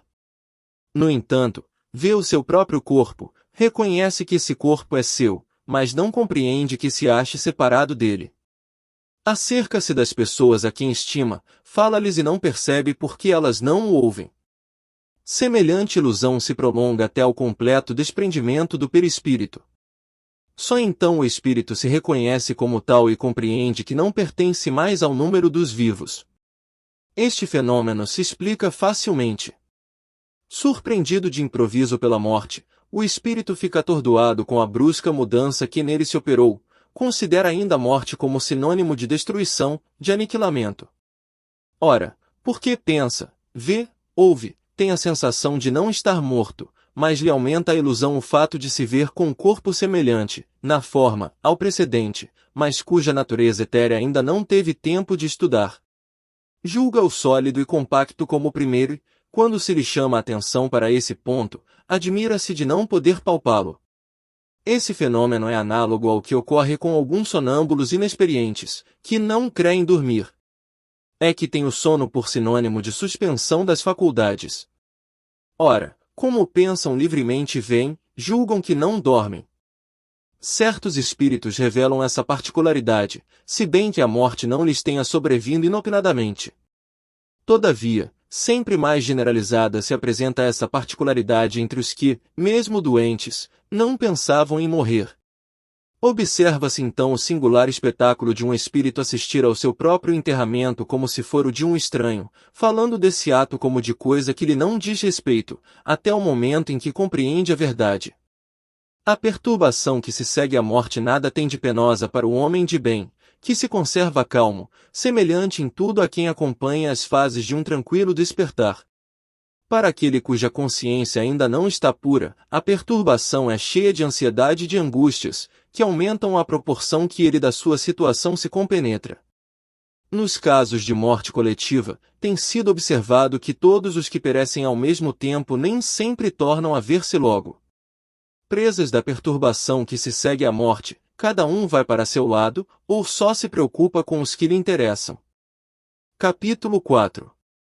Da pluralidade das existências. A reencarnação item justiça da reencarnação item encarnação nos diferentes mundos item transmigrações progressivas item sorte das crianças depois da morte item sexos dos espíritos item parentesco. Filiação item parecenças físicas e morais item ideias inatas. A reencarnação. Como pode a alma, que não alcançou a perfeição durante a vida corpórea, acabar de depurar-se, sofrendo a prova de uma nova existência? Como realiza essa nova existência? Será pela sua transformação como espírito? Depurando-se, a alma indubitavelmente experimenta uma transformação, mas para isso necessária-lhe a prova da vida corporal. A alma passa então por muitas existências corporais? Sim, todos contamos muitas existências. Os que dizem o contrário pretendem manter-vos na ignorância em que eles próprios se encontram. Esse é o desejo deles. Parece resultar desse princípio que a alma, depois de haver deixado um corpo, toma outro, ou, então, que reencarna em novo corpo. É assim que se deve entender? Evidentemente. Qual o fim objetivado com a reencarnação? Expiação, melhoramento progressivo da humanidade. Sem isto, onde a justiça? É limitado o número das existências corporais, ou o espírito reencarna perpetuamente? A cada nova existência, o espírito dá um passo para diante na senda do progresso. Desde que se ache limpo de todas as impurezas, não tem mais necessidade das provas da vida corporal. É invariável o número das encarnações para todos os espíritos? Não, aquele que caminha depressa, a muitas provas se forra. Todavia, as encarnações sucessivas são sempre muito numerosas, porquanto o progresso é quase infinito. O que fica sendo o espírito depois da sua última encarnação? Espírito bem-aventurado, puro espírito. Justiça da reencarnação. Em que se funda o dogma da reencarnação? Na justiça de Deus e na revelação, pois incessantemente repetimos, o bom pai deixa sempre aberta a seus filhos uma porta para o arrependimento. Não te diz a razão que seria injusto privar para sempre da felicidade eterna todos aqueles de quem não dependeu o melhorarem-se? Não são filhos de Deus todos os homens? Só entre os egoístas se encontram a iniquidade, o ódio implacável e os castigos sem remissão. Todos os espíritos tendem para a perfeição e Deus lhes faculta os meios de alcançá-la, proporcionando-lhes as provações da vida corporal. Sua justiça, porém, lhes concede realizar, em novas existências, o que não puderam fazer ou concluir numa primeira prova. Não obraria Deus com equidade, nem de acordo com a sua bondade, se condenasse para sempre os que talvez hajam encontrado, oriundos do próprio meio em que foram colocados e alheios à vontade que os animava, obstáculos ao seu melhoramento. Se a sorte do homem se fixasse irrevogavelmente depois da morte, não seria uma única balança em que Deus pesa as ações de todas as criaturas e não haveria imparcialidade no tratamento que a todas dispensa. A doutrina da reencarnação, isto é, a que consiste em admitir para o espírito muitas existências sucessivas, é a única que corresponde à ideia que formamos da justiça de Deus para com os homens que se acham em condição moral inferior, a única que pode explicar o futuro e firmar as nossas esperanças, pois que nos oferece os meios de resgatarmos os nossos erros por novas provações. A razão nola indica e os espíritos a ensinam. O homem, que tem consciência da sua inferioridade, aure consoladora esperança na doutrina da reencarnação. Se crê na justiça de Deus, não pode contar que venha a achar-se, para sempre, em pé de igualdade com os que mais fizeram do que ele. Sustém-no, porém, e lhe reanima a coragem a ideia de que aquela inferioridade não o deserde eternamente do supremo bem e que, mediante novos esforços, dado-lhe será conquistar. Quem é que, ao cabo da sua carreira, não deplora ver tão tarde ganho uma experiência de que já não mais pode tirar proveito? Entretanto, essa experiência tardia não fica perdida, o espírito a utilizará em nova existência. Encarnação nos diferentes mundos. As nossas diversas existências corporais se verificam todas na Terra? Não, vivemo-las em diferentes mundos. As que aqui passamos não são as primeiras, nem as últimas, são, porém, das mais materiais e das mais distantes da perfeição. A cada nova existência corporal a alma passa de um mundo para outro, ou pode ter muitas no mesmo globo. Pode viver muitas vezes no mesmo globo, se não se adiantou bastante para passar a um mundo superior. Podemos então reaparecer muitas vezes na Terra? Certamente. Podemos voltar a este, depois de termos vivido em outros mundos? Sem dúvida, é possível que já tenhais vivido algures e na Terra. Tornar a viver na Terra constitui uma necessidade? Não, mas, se não progredistes, podereis ir para outro mundo que não valha mais do que a Terra e que talvez até seja pior do que ela. Haverá alguma vantagem em voltar-se a habitar a Terra? Nenhuma vantagem particular, a menos que seja em missão, caso em que se progride aí como em qualquer outro planeta. Não seria mais feliz permanecendo na condição de espírito? Não, estacionar-se-ia e o que se quer é caminhar para Deus. Depois de haverem encarnado noutros mundos, podem os espíritos encarnar neste, sem que jamais aí tenham estado. Sim, do mesmo modo que vós em outros. Todos os mundos são solidários, o que não se faz num faz-se noutro. Assim, há homens que estão na Terra pela primeira vez? Muitos, e em graus diversos de adiantamento. Pode-se reconhecer, por um indício qualquer, que um espírito está pela primeira vez na Terra. Nenhuma utilidade teria isso. Para chegar à perfeição e à suprema felicidade, destino final de todos os homens, tem o espírito que passar pela fieira de todos os mundos existentes no universo? Não, porquanto muitos são os mundos correspondentes a cada grau da respectiva escala e o espírito, saindo de um deles, nenhuma coisa nova aprenderia nos outros do mesmo grau. Como se explica então a pluralidade de suas existências em um mesmo globo? De cada vez poderá ocupar posição diferente das anteriores e nessas diversas posições se lhe deparam outras tantas ocasiões de adquirir experiência. Podem os espíritos encarnar em um mundo relativamente inferior a outro onde já viveram? Sim, quando em missão, com o objetivo de auxiliarem o progresso, caso em que aceitam alegres as tribulações de tal existência, por lhes proporcionar meio de se adiantarem. Mas não pode dar-se também por expiação? Não pode Deus degradar para mundos inferiores os espíritos rebeldes? Os espíritos podem conservar-se estacionários, mas não retrogradam. Em caso de estacionamento, a punição deles consiste em não avançarem, em recomeçarem, no meio conveniente à sua natureza, as existências mal empregadas. Quais os que têm de recomeçar a mesma existência? Os que faliram em suas missões ou em suas provas. Os seres que habitam cada mundo estão todos alcançado o mesmo nível de perfeição? Não, dá-se em cada um o que ocorre na Terra, uns espíritos são mais adiantados do que outros. Passando deste planeta para outro, conserva o espírito a inteligência que aqui tinha? Sem dúvida, a inteligência não se perde. Pode, porém, acontecer que ele não disponha dos mesmos meios para manifestar. Lá, dependendo isto da sua superioridade e das condições do corpo que tomar.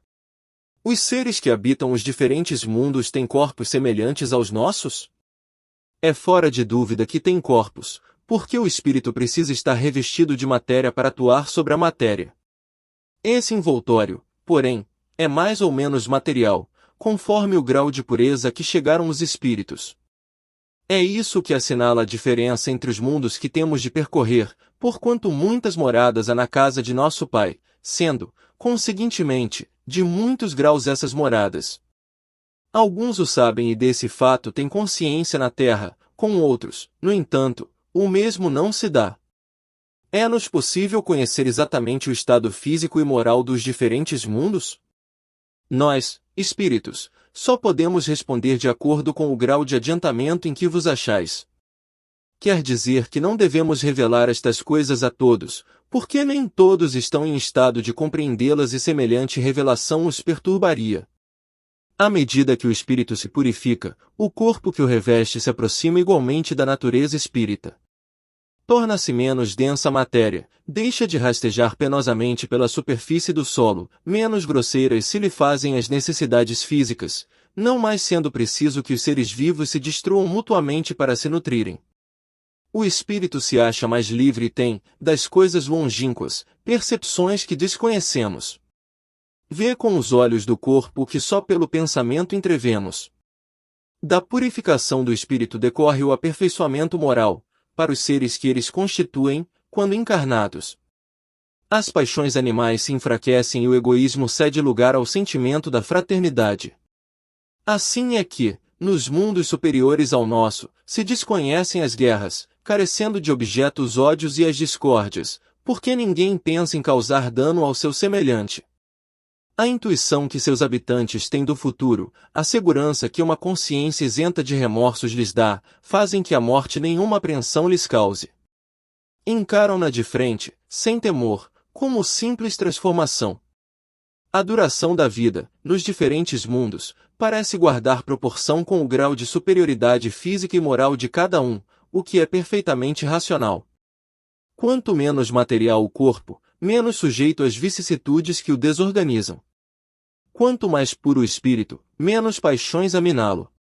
É essa ainda uma graça da providência, que desse modo abrevia os sofrimentos. Indo de um mundo para outro, o espírito passa por nova infância? Em toda parte a infância é uma transição necessária, mas não é, em toda parte, tão obtusa como no vosso mundo. Tem o espírito a faculdade de escolher o mundo em que passe a habitar? Nem sempre. Pode pedir que lhe seja permitido ir para este ou aquele e pode obtê-lo, se o merecer, porquanto a acessibilidade dos mundos, para os espíritos, depende do grau da elevação destes. Se o espírito nada pedir, que é o que determina o mundo em que ele reencarnará? O grau da sua elevação. O estado físico e moral dos seres vivos é perpetuamente o mesmo em cada mundo? 9. Não. Os mundos também estão sujeitos à lei do progresso. Todos começaram, como o vosso, por um estado inferior e a própria terra sofrerá idêntica transformação. Tornar-se-á um paraíso, quando os homens se tornarem bons. É assim que as raças, que hoje povoam a terra, desaparecerão um dia, substituídas por seres cada vez mais perfeitos, pois que essas novas raças transformadas sucederão às atuais, como estas sucederam a outras ainda mais grosseiras. Haverá mundos em que o espírito, deixando de revestir corpos materiais, só tenha por envoltório o perispírito? Aí mesmo esse envoltório se torna tão etéreo que para vós é como se não existisse. Esse é o estado dos espíritos puros. Parece resultar daí que, entre o estado correspondente às últimas encarnações e o de espírito puro, não há linha divisória perfeitamente demarcada, não? Semelhante demarcação não existe. A diferença entre um e outro estado se vai apagando pouco a pouco e acaba por ser imperceptível, tal qual se dá com a noite as primeiras claridades do alvorecer. A substância do perispírito é a mesma em todos os mundos? Não é mais ou menos etérea. Passando de um mundo a outro, o espírito se reveste da matéria própria desse outro, operando-se, porém, essa mudança com a rapidez do relâmpago. Os espíritos puros habitam mundos especiais, ou se acham no espaço universal, sem estarem mais ligados a um mundo do que a outros. Habitam certos mundos, mas não lhes ficam presos, como os homens à terra, podem, melhor do que os outros, estar em toda parte. Transmigrações progressivas. Desde o início de sua formação, goza o espírito da plenitude de suas faculdades? Não, pois que para o espírito, como para o homem, também há infância. Em sua origem, a vida do espírito é apenas instintiva. Ele mal tem consciência de si mesmo e de seus atos. A inteligência só pouco a pouco se desenvolve. Qual o estado da alma na sua primeira encarnação? O da infância na vida corporal. A inteligência então apenas desabrocha, a alma se ensaia para a vida. As dos nossos selvagens são almas no estado de infância? De infância relativa, pois já são almas desenvolvidas, visto que já nutrem paixões. Então, as paixões são um sinal de desenvolvimento? De desenvolvimento, sim, de perfeição, porém, não. São um sinal de atividade e de consciência do eu, porquanto, na alma primitiva, a inteligência e a vida se acham no estado de germe. A vida do espírito, em seu conjunto, apresenta as mesmas fases que observamos na vida corporal. Ele passa gradualmente do estado de embrião ao de infância, para chegar, percorrendo sucessivos períodos, ao de adulto, que é o da perfeição, com a diferença de que para o espírito não há declínio, nem decrepitude, como na vida corporal, que a sua vida, que teve começo, não terá fim, que imenso tempo lhe é necessário, do nosso ponto de vista, para passar da infância espiritual ao completo desenvolvimento, e que o seu progresso se realiza, não num único mundo, mas vivendo ele em mundos diversos. A vida do espírito, pois, se compõe de uma série de existências corpóreas, cada uma das quais representa para ele uma ocasião de progredir, do mesmo modo que cada existência corporal se compõe de uma série de dias, em cada um dos quais o homem obtém um acréscimo de experiência e de instrução. Mas, assim como, na vida do homem, há dias que nenhum fruto produzem, na do espírito, há existências corporais de que ele nenhum resultado colhe, porque não as soube aproveitar. Pode alguém, por um proceder impecável na vida atual, transpor todos os graus da escala do aperfeiçoamento e tornar-se espírito puro, sem passar por outros graus intermédios? Não, pois o que o homem julga perfeito longe está da perfeição. Há qualidades que lhe são desconhecidas e incompreensíveis. Poderá ser tão perfeito quanto comporte a sua natureza terrena, mas isso não é a perfeição absoluta. Dá-se com o espírito que se verifica com a criança que, por mais precoce que seja, tem de passar pela juventude, antes de chegar à idade da madureza, e também com o enfermo que, para recobrar a saúde, tem que passar pela convalescença. Demais, o espírito cumpre progredir em ciência e em moral.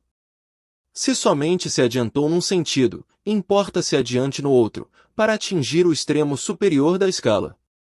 Contudo, quanto mais o homem se adiantar na sua vida atual, tanto menos longas e penosas lhe serão as provas que se seguirem. Pode ao menos o homem, na vida presente, preparar com segurança, para si, uma existência futura menos prenhe de amarguras? Sem dúvida. Pode reduzir a extensão e as dificuldades do caminho. Só o descuido permanece sempre no mesmo ponto. Pode um homem, nas suas novas existências, descer mais baixo do que esteja na atual? Com relação à posição social, sim, como espírito, não.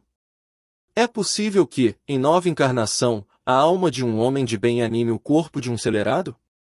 Não, visto que não pode degenerar. A alma de um homem perverso pode tornar-se a de um homem de bem? Sim, se arrependeu. Isso constitui então uma recompensa. A marcha dos espíritos é progressiva, jamais retrógrada.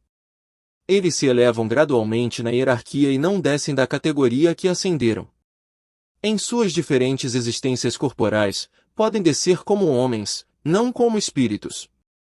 Assim, a alma de um potentado da terra pode mais tarde animar o mais humilde obreiro e vice-versa, por isso que, entre os homens, as categorias estão, frequentemente, na razão inversa da elevação das qualidades morais. Herodes era rei e Jesus, carpinteiro. A possibilidade de se melhorarem noutra existência não será de molde a fazer que certas pessoas perseverem no mau caminho, dominadas pela ideia de que poderão corrigir-se mais tarde? Aquele que assim pensa em nada crê e a ideia de um castigo eterno não o refrearia mais do que qualquer outra, porque sua razão a repele, e semelhante ideia induz a incredulidade a respeito de tudo. Se unicamente meios racionais se tivessem empregado para guiar os homens, não haveria tantos céticos. De fato, um espírito imperfeito poderá, durante a vida corporal, pensar como dizes, mas, liberto que se veja da matéria, pensará de outro modo, pois logo verificará que fez cálculo errado e, então, sentimento oposto a esse trará ele para sua nova existência. É assim que se efetua o progresso e essa razão porque, na Terra, os homens são desigualmente adiantados. Uns já dispõem de experiência que a outros falta, mas que adquirirão pouco a pouco. Deles depende o acelerar-se-lhes o progresso ou retardar-se indefinidamente. O homem, que ocupa uma posição má, deseja trocá-la o mais depressa possível. Aquele, que se acha persuadido de que as tribulações da vida terrena são consequência de suas imperfeições, procurará garantir para si uma nova existência menos penosa e esta ideia o desviará mais depressa da senda do mal do que a do fogo eterno, em que não acredita. Não podendo os espíritos aperfeiçoar-se, a não ser por meio das tribulações da existência corpórea, segue-se que a vida material seja uma espécie de crisol ou de depurador, por onde tem que passar todos os seres do mundo espírita para alcançarem a perfeição. Sim, é exatamente isso. Eles se melhoram nessas provas, evitando o mal e praticando o bem, porém, somente ao cabo de mais ou menos longo tempo, conforme os esforços que empreguem, somente após muitas encarnações ou depurações sucessivas, atingem a finalidade para que tendem. É o corpo que influi sobre o espírito para que este se melhore, ou o espírito que influi sobre o corpo. Teu espírito é tudo, teu corpo é simples veste que apodrece, eis tudo. O suco da vide nos oferece um símile material dos diferentes graus da depuração da alma. Ele contém o licor que se chama espírito ou álcool, mas enfraquecido por uma imensidade de matérias estranhas, que lhe alteram a essência. Esta só chega à pureza absoluta depois de múltiplas destilações, em cada uma das quais se despoja de algumas impurezas. O corpo é o alambique em que a alma tem que entrar para se purificar. As matérias estranhas se assemelham ao perispírito, que também se depura, à medida que o espírito se aproxima da perfeição. Sorte das crianças depois da morte. Poderá ser tão adiantado quanto de um adulto o espírito de uma criança que morreu em tenra idade? Algumas vezes o é muito mais, porquanto pode dar-se que muito mais já tenha vivido e adquirido maior soma de experiência, sobretudo se progrediu. Pode então o espírito de uma criança ser mais adiantado que o de seu pai? Isso é muito frequente. Não o vedes vós mesmos tão amiudadas vezes na terra? Não tendo podido praticar o mal, o espírito de uma criança que morreu em tenra idade pertence a alguma das categorias superiores? Se não fez o mal, igualmente não fez o bem e Deus não o isenta das provas que tenha de padecer. Se for um espírito puro, não o é pelo fato de ter animado apenas uma criança, mas porque já progredir até a pureza. Por que tão frequentemente a vida se interrompe na infância? A curta duração da vida da criança pode representar, para o espírito que a animava, o complemento de existência precedente interrompida antes do momento em que devera terminar, e sua morte, também não raro, constitui provação ou expiação para os pais. Que sucede ao espírito de uma criança que morre pequenina? Recomeça outra existência. Se uma única existência tivesse o homem e se, extinguindo-se-lhe ela, sua sorte ficasse decidida para a eternidade, qual seria o mérito de metade do gênero humano, da que morre na infância, para gozar, sem esforços, da felicidade eterna e com que direito se acharia isenta das condições, às vezes tão duras, a que se vê submetida a outra metade? Semelhante ordem de coisas não corresponderia à justiça de Deus. Com a reencarnação, a igualdade é real para todos. O futuro a todos toca sem exceção e sem favor para quem quer que seja. Os retardatários só de si mesmos se podem queixar. Forçoso é que o homem tenha o merecimento de seus atos, como tem deles a responsabilidade. Aliás, não é racional considerar-se a infância como um estado normal de inocência. Não se vê em crianças dotadas dos piores instintos, numa idade em que ainda nenhuma influência pode ter tido a educação? Algumas não há que parecem trazer do berço a astúcia, a felonia, a perfídia, até pendor para o roubo e para o assassínio, não obstante os bons exemplos que de todos os lados se lhes dão? A lei civil as absolve de seus crimes, porque diz que elas obraram sem discernimento. Tem razão a lei, porque, de fato, elas obram mais por instinto do que intencionalmente. Donde, porém, provirão instintos tão diversos em crianças da mesma idade, educadas em condições idênticas e sujeitas às mesmas influências? Donde a precoce perversidade, se não da inferioridade do espírito, uma vez que a educação em nada contribuiu para isso? As que se revelam viciosas, é porque seus espíritos muito pouco han progredido. Sofrem então, por efeito dessa falta de progresso, as consequências, não dos atos que praticam na infância, mas dos de suas existências anteriores. Assim é que a lei é uma só para todos e que todos são atingidos pela justiça de Deus. Sexos nos espíritos. Têm sexos os espíritos? Não como entendeis, pois que os sexos dependem da organização. Há entre eles amor e simpatia, mas baseados na concordância dos sentimentos. Em nova existência, pode o espírito que animou o corpo de um homem animar o de uma mulher e vice-versa? De certo, são os mesmos os espíritos que animam os homens e as mulheres. Quando errante, que prefere o espírito, encarnar no corpo de um homem, ou no de uma mulher? Isso pouco lhe importa. O que o guia na escolha são as provas por que haja de passar. Os espíritos encarnam como homens ou como mulheres, porque não têm sexo. Visto que lhes cumpre progredir em tudo, cada sexo, como cada posição social, lhes proporciona provações e deveres especiais, e com isso, ensejo de ganharem experiência. Aquele que só como homem encarnasse só saberia o que sabem os homens. Parentesco, filiação. Transmitem os pais aos filhos uma parcela de suas almas, ou se limitam a lhes dar a vida animal a que, mais tarde, outra alma vem adicionar a vida moral? Dão-lhes apenas a vida animal, pois que a alma é indivisível. Um pai obtuso pode ter filhos inteligentes e vice-versa.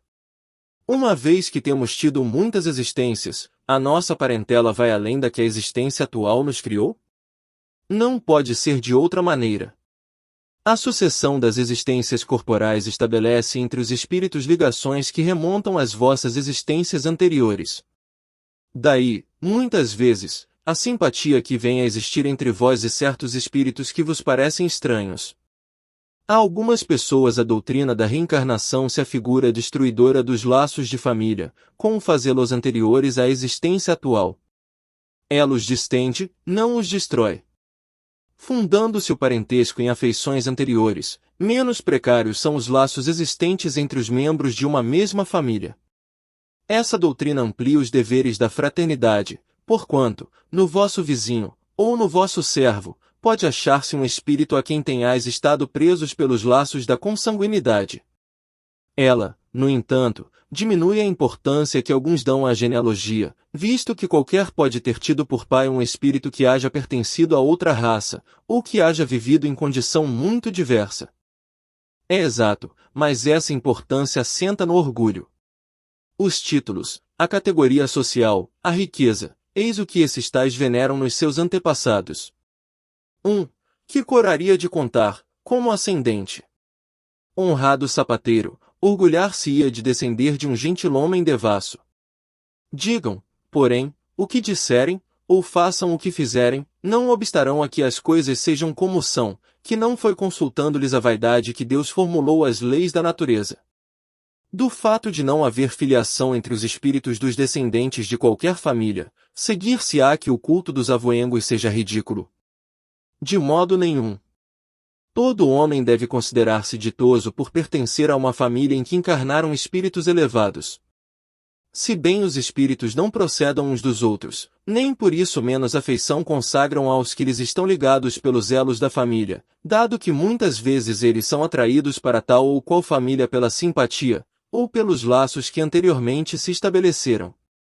Mas ficais certos de que os vossos antepassados não se honram com o culto que lhes tributais por orgulho. Em vós não se refletem os méritos de que eles gozem, senão na medida dos esforços que empregais por seguir os bons exemplos que vos deram.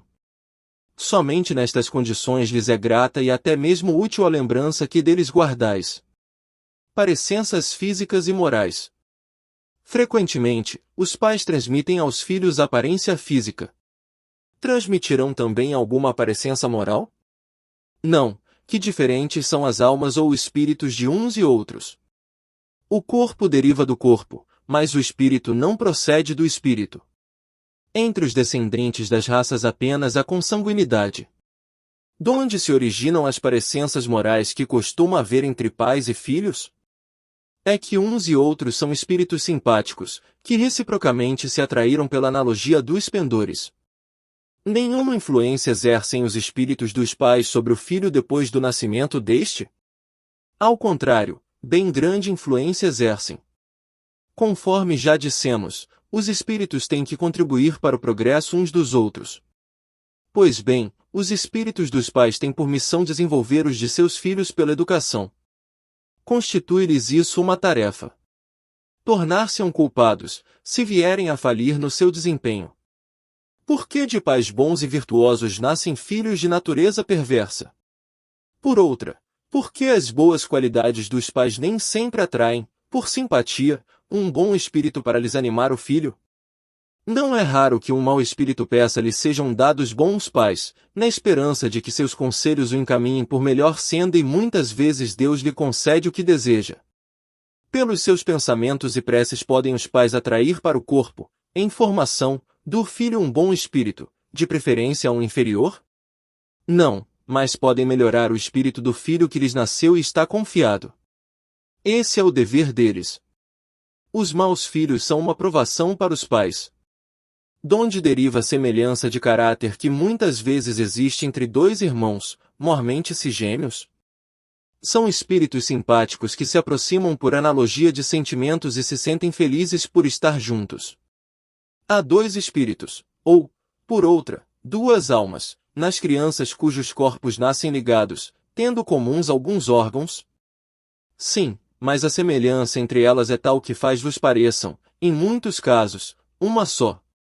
Pois que nos gêmeos os espíritos encarnam por simpatia, de onde provém a aversão que às vezes se nota entre eles? Não é de regra que sejam simpáticos os espíritos dos gêmeos. Acontece também que espíritos maus entendam de lutar juntos no palco da vida. Que se deve pensar dessas histórias de crianças que lutam no seio materno? Lendas. Para significarem quão inveterado era o ódio que reciprocamente se votavam, figuram-no a se fazer sentir antes do nascimento delas. Em geral, não levais muito em conta as imagens poéticas. O que dá origem ao caráter distintivo que se nota em cada povo? Também os espíritos se agrupam em famílias, formando-as pela analogia de seus pendores mais ou menos puros, conforme a elevação que tenham alcançado. Pois bem, um povo é uma grande família formada pela reunião de espíritos simpáticos. Na tendência que apresentam os membros dessas famílias, para se unirem, é que está a origem da semelhança que, existindo entre os indivíduos, constitui o caráter distintivo de cada povo. Julgas que espíritos bons e humanitários procurem, para nele encarnar, um povo rude e grosseiro? Não. Os espíritos simpatizam com as coletividades, como simpatizam com os indivíduos. Naquelas em cujo seio se encontrem, eles se acham no meio que lhes é próprio. Em suas novas existências conservará o espírito traços do caráter moral de suas existências anteriores? Isso pode dar-se, mas, melhorando-se, ele muda. Pode também acontecer que sua posição social venha a ser outra.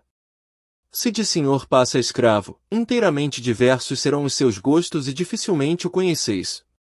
Sendo o espírito sempre o mesmo nas diversas encarnações, podem existir certas analogias entre as suas manifestações, se bem que modificadas pelos hábitos da posição que ocupe, até que um aperfeiçoamento notável lhe haja mudado completamente o caráter, porquanto, de orgulhoso e mau, pode tornar-se humilde e bondoso, se arrependeu. E do caráter físico de suas existências pretéritas conserva o espírito traços nas suas existências posteriores? O novo corpo que ele toma nenhuma relação tem com o que foi anteriormente destruído. Entretanto, o espírito se reflete no corpo. Sem dúvida que este é unicamente matéria, porém, nada obstante, se modela pelas capacidades do espírito, que lhe imprime certo cunho, sobretudo ao rosto, pelo que é verdadeiro dizer-se que os olhos são o espelho da alma, isto é, que o semblante do indivíduo lhe reflete de modo particular a alma. Assim é que uma pessoa excessivamente feia, quando nela habita um espírito bom, criterioso, humanitário, tem qualquer coisa que agrada, ao passo que há rostos belíssimos que nenhuma impressão te causam, que até chegam a inspirar-te repulsão. Poderias supor que somente corpos bem moldados servem de envoltório aos mais perfeitos espíritos, quando certo é que todos os dias deparas com homens de bem, sob um exterior disforme. Sem que haja pronunciada aparência, a semelhança dos gostos e das inclinações pode, portanto, dar lugar ao que se chama um ar de família. Nenhuma relação essencial guardando o corpo que a alma toma numa encarnação com o de que se revestiu em encarnação anterior, visto que aquele lhe pode vir de procedência muito diversa da deste, fora absurdo pretender-se que, numa série de existências, haja uma semelhança que é inteiramente fortuita. Todavia, as qualidades do espírito frequentemente modificam os órgãos que lhe servem para as manifestações e lhe imprimem ao semblante físico e até ao conjunto de suas maneiras um cunho especial. É assim que, sob um envoltório corporal da mais humilde aparência, se pode deparar a expressão da grandeza e da dignidade, enquanto sob um envoltório de aspecto senhoril se percebe frequentemente a da baixeza e da ignomínia. Não é pouco frequente observar-se que certas pessoas, elevando-se da mais ínfima posição, tomam sem esforços os hábitos e as maneiras da alta sociedade. Parece que elas aí vêm a achar-se de novo no seu elemento. Outras, contrariamente, apesar do nascimento e da educação, se mostram sempre deslocadas em tal meio. De que modo se há de explicar esse fato, senão como reflexo daquilo que o espírito foi antes? Ideias inatas. Encarnado, conserva o espírito algum vestígio das percepções que teve e dos conhecimentos que adquiriu nas existências anteriores? Guarda a vaga lembrança, que lhe dá o que se chama ideias inatas. Não é, então, quimérica a teoria das ideias inatas. Não, os conhecimentos adquiridos em cada existência não mais se perdem. Liberto da matéria, o espírito sempre os tem presentes. Durante a encarnação, esquece-os em parte, momentaneamente, porém a intuição que deles conserva lhe auxilia o progresso. Se não fosse assim, teria que recomeçar constantemente. Em cada nova existência, o ponto de partida, para o espírito, é o em que, na existência precedente, ele ficou. Grande conexão deve então haver entre duas existências consecutivas? Nem sempre, tão grande quanto talvez o suponhas, dado que bem diferentes são, muitas vezes, as posições do espírito nas duas e que, no intervalo de uma a outra, pode ele ter progredido. 216. Qual a origem das faculdades extraordinárias dos indivíduos que, sem estudo prévio, parecem ter a intuição de certos conhecimentos, o das línguas, do cálculo etc. Lembrança do passado, progresso anterior da alma, mas de que ela não tem consciência. Donde queres que venham tais conhecimentos? O corpo muda, o espírito, porém, não muda, embora troque de roupagem. Pode o espírito, mudando de corpo, perder algumas faculdades intelectuais, deixar de ter, por exemplo, o gosto das artes? Sim, desde que conspurcou a sua inteligência ou a utilizou mal ademais, uma faculdade qualquer pode permanecer adormecida durante uma existência, por querer o espírito exercitar outra, que nenhuma relação tem com aquela. Esta, então, fica em estado latente, para reaparecer mais tarde. Dever-se-ão atribuir a uma lembrança retrospectiva o sentimento instintivo que o homem, mesmo selvagem, possui da existência de Deus e o pressentimento da vida futura? É uma lembrança que ele conserva do que sabia como espírito antes de encarnar, mas o orgulho amiudadamente abafa esse sentimento. Serão devidas a essa mesma lembrança certas crenças relativas à doutrina espírita, que se observam em todos os povos. Esta doutrina é tão antiga quanto o mundo, tal o motivo por que em toda parte a encontramos, o que constitui prova de que é verdadeira. Conservando a intuição do seu estado de espírito, o espírito encarnado tem, instintivamente, consciência do mundo invisível, mas os preconceitos bastas vezes falseiam essa ideia e a ignorância lhe mistura a superstição.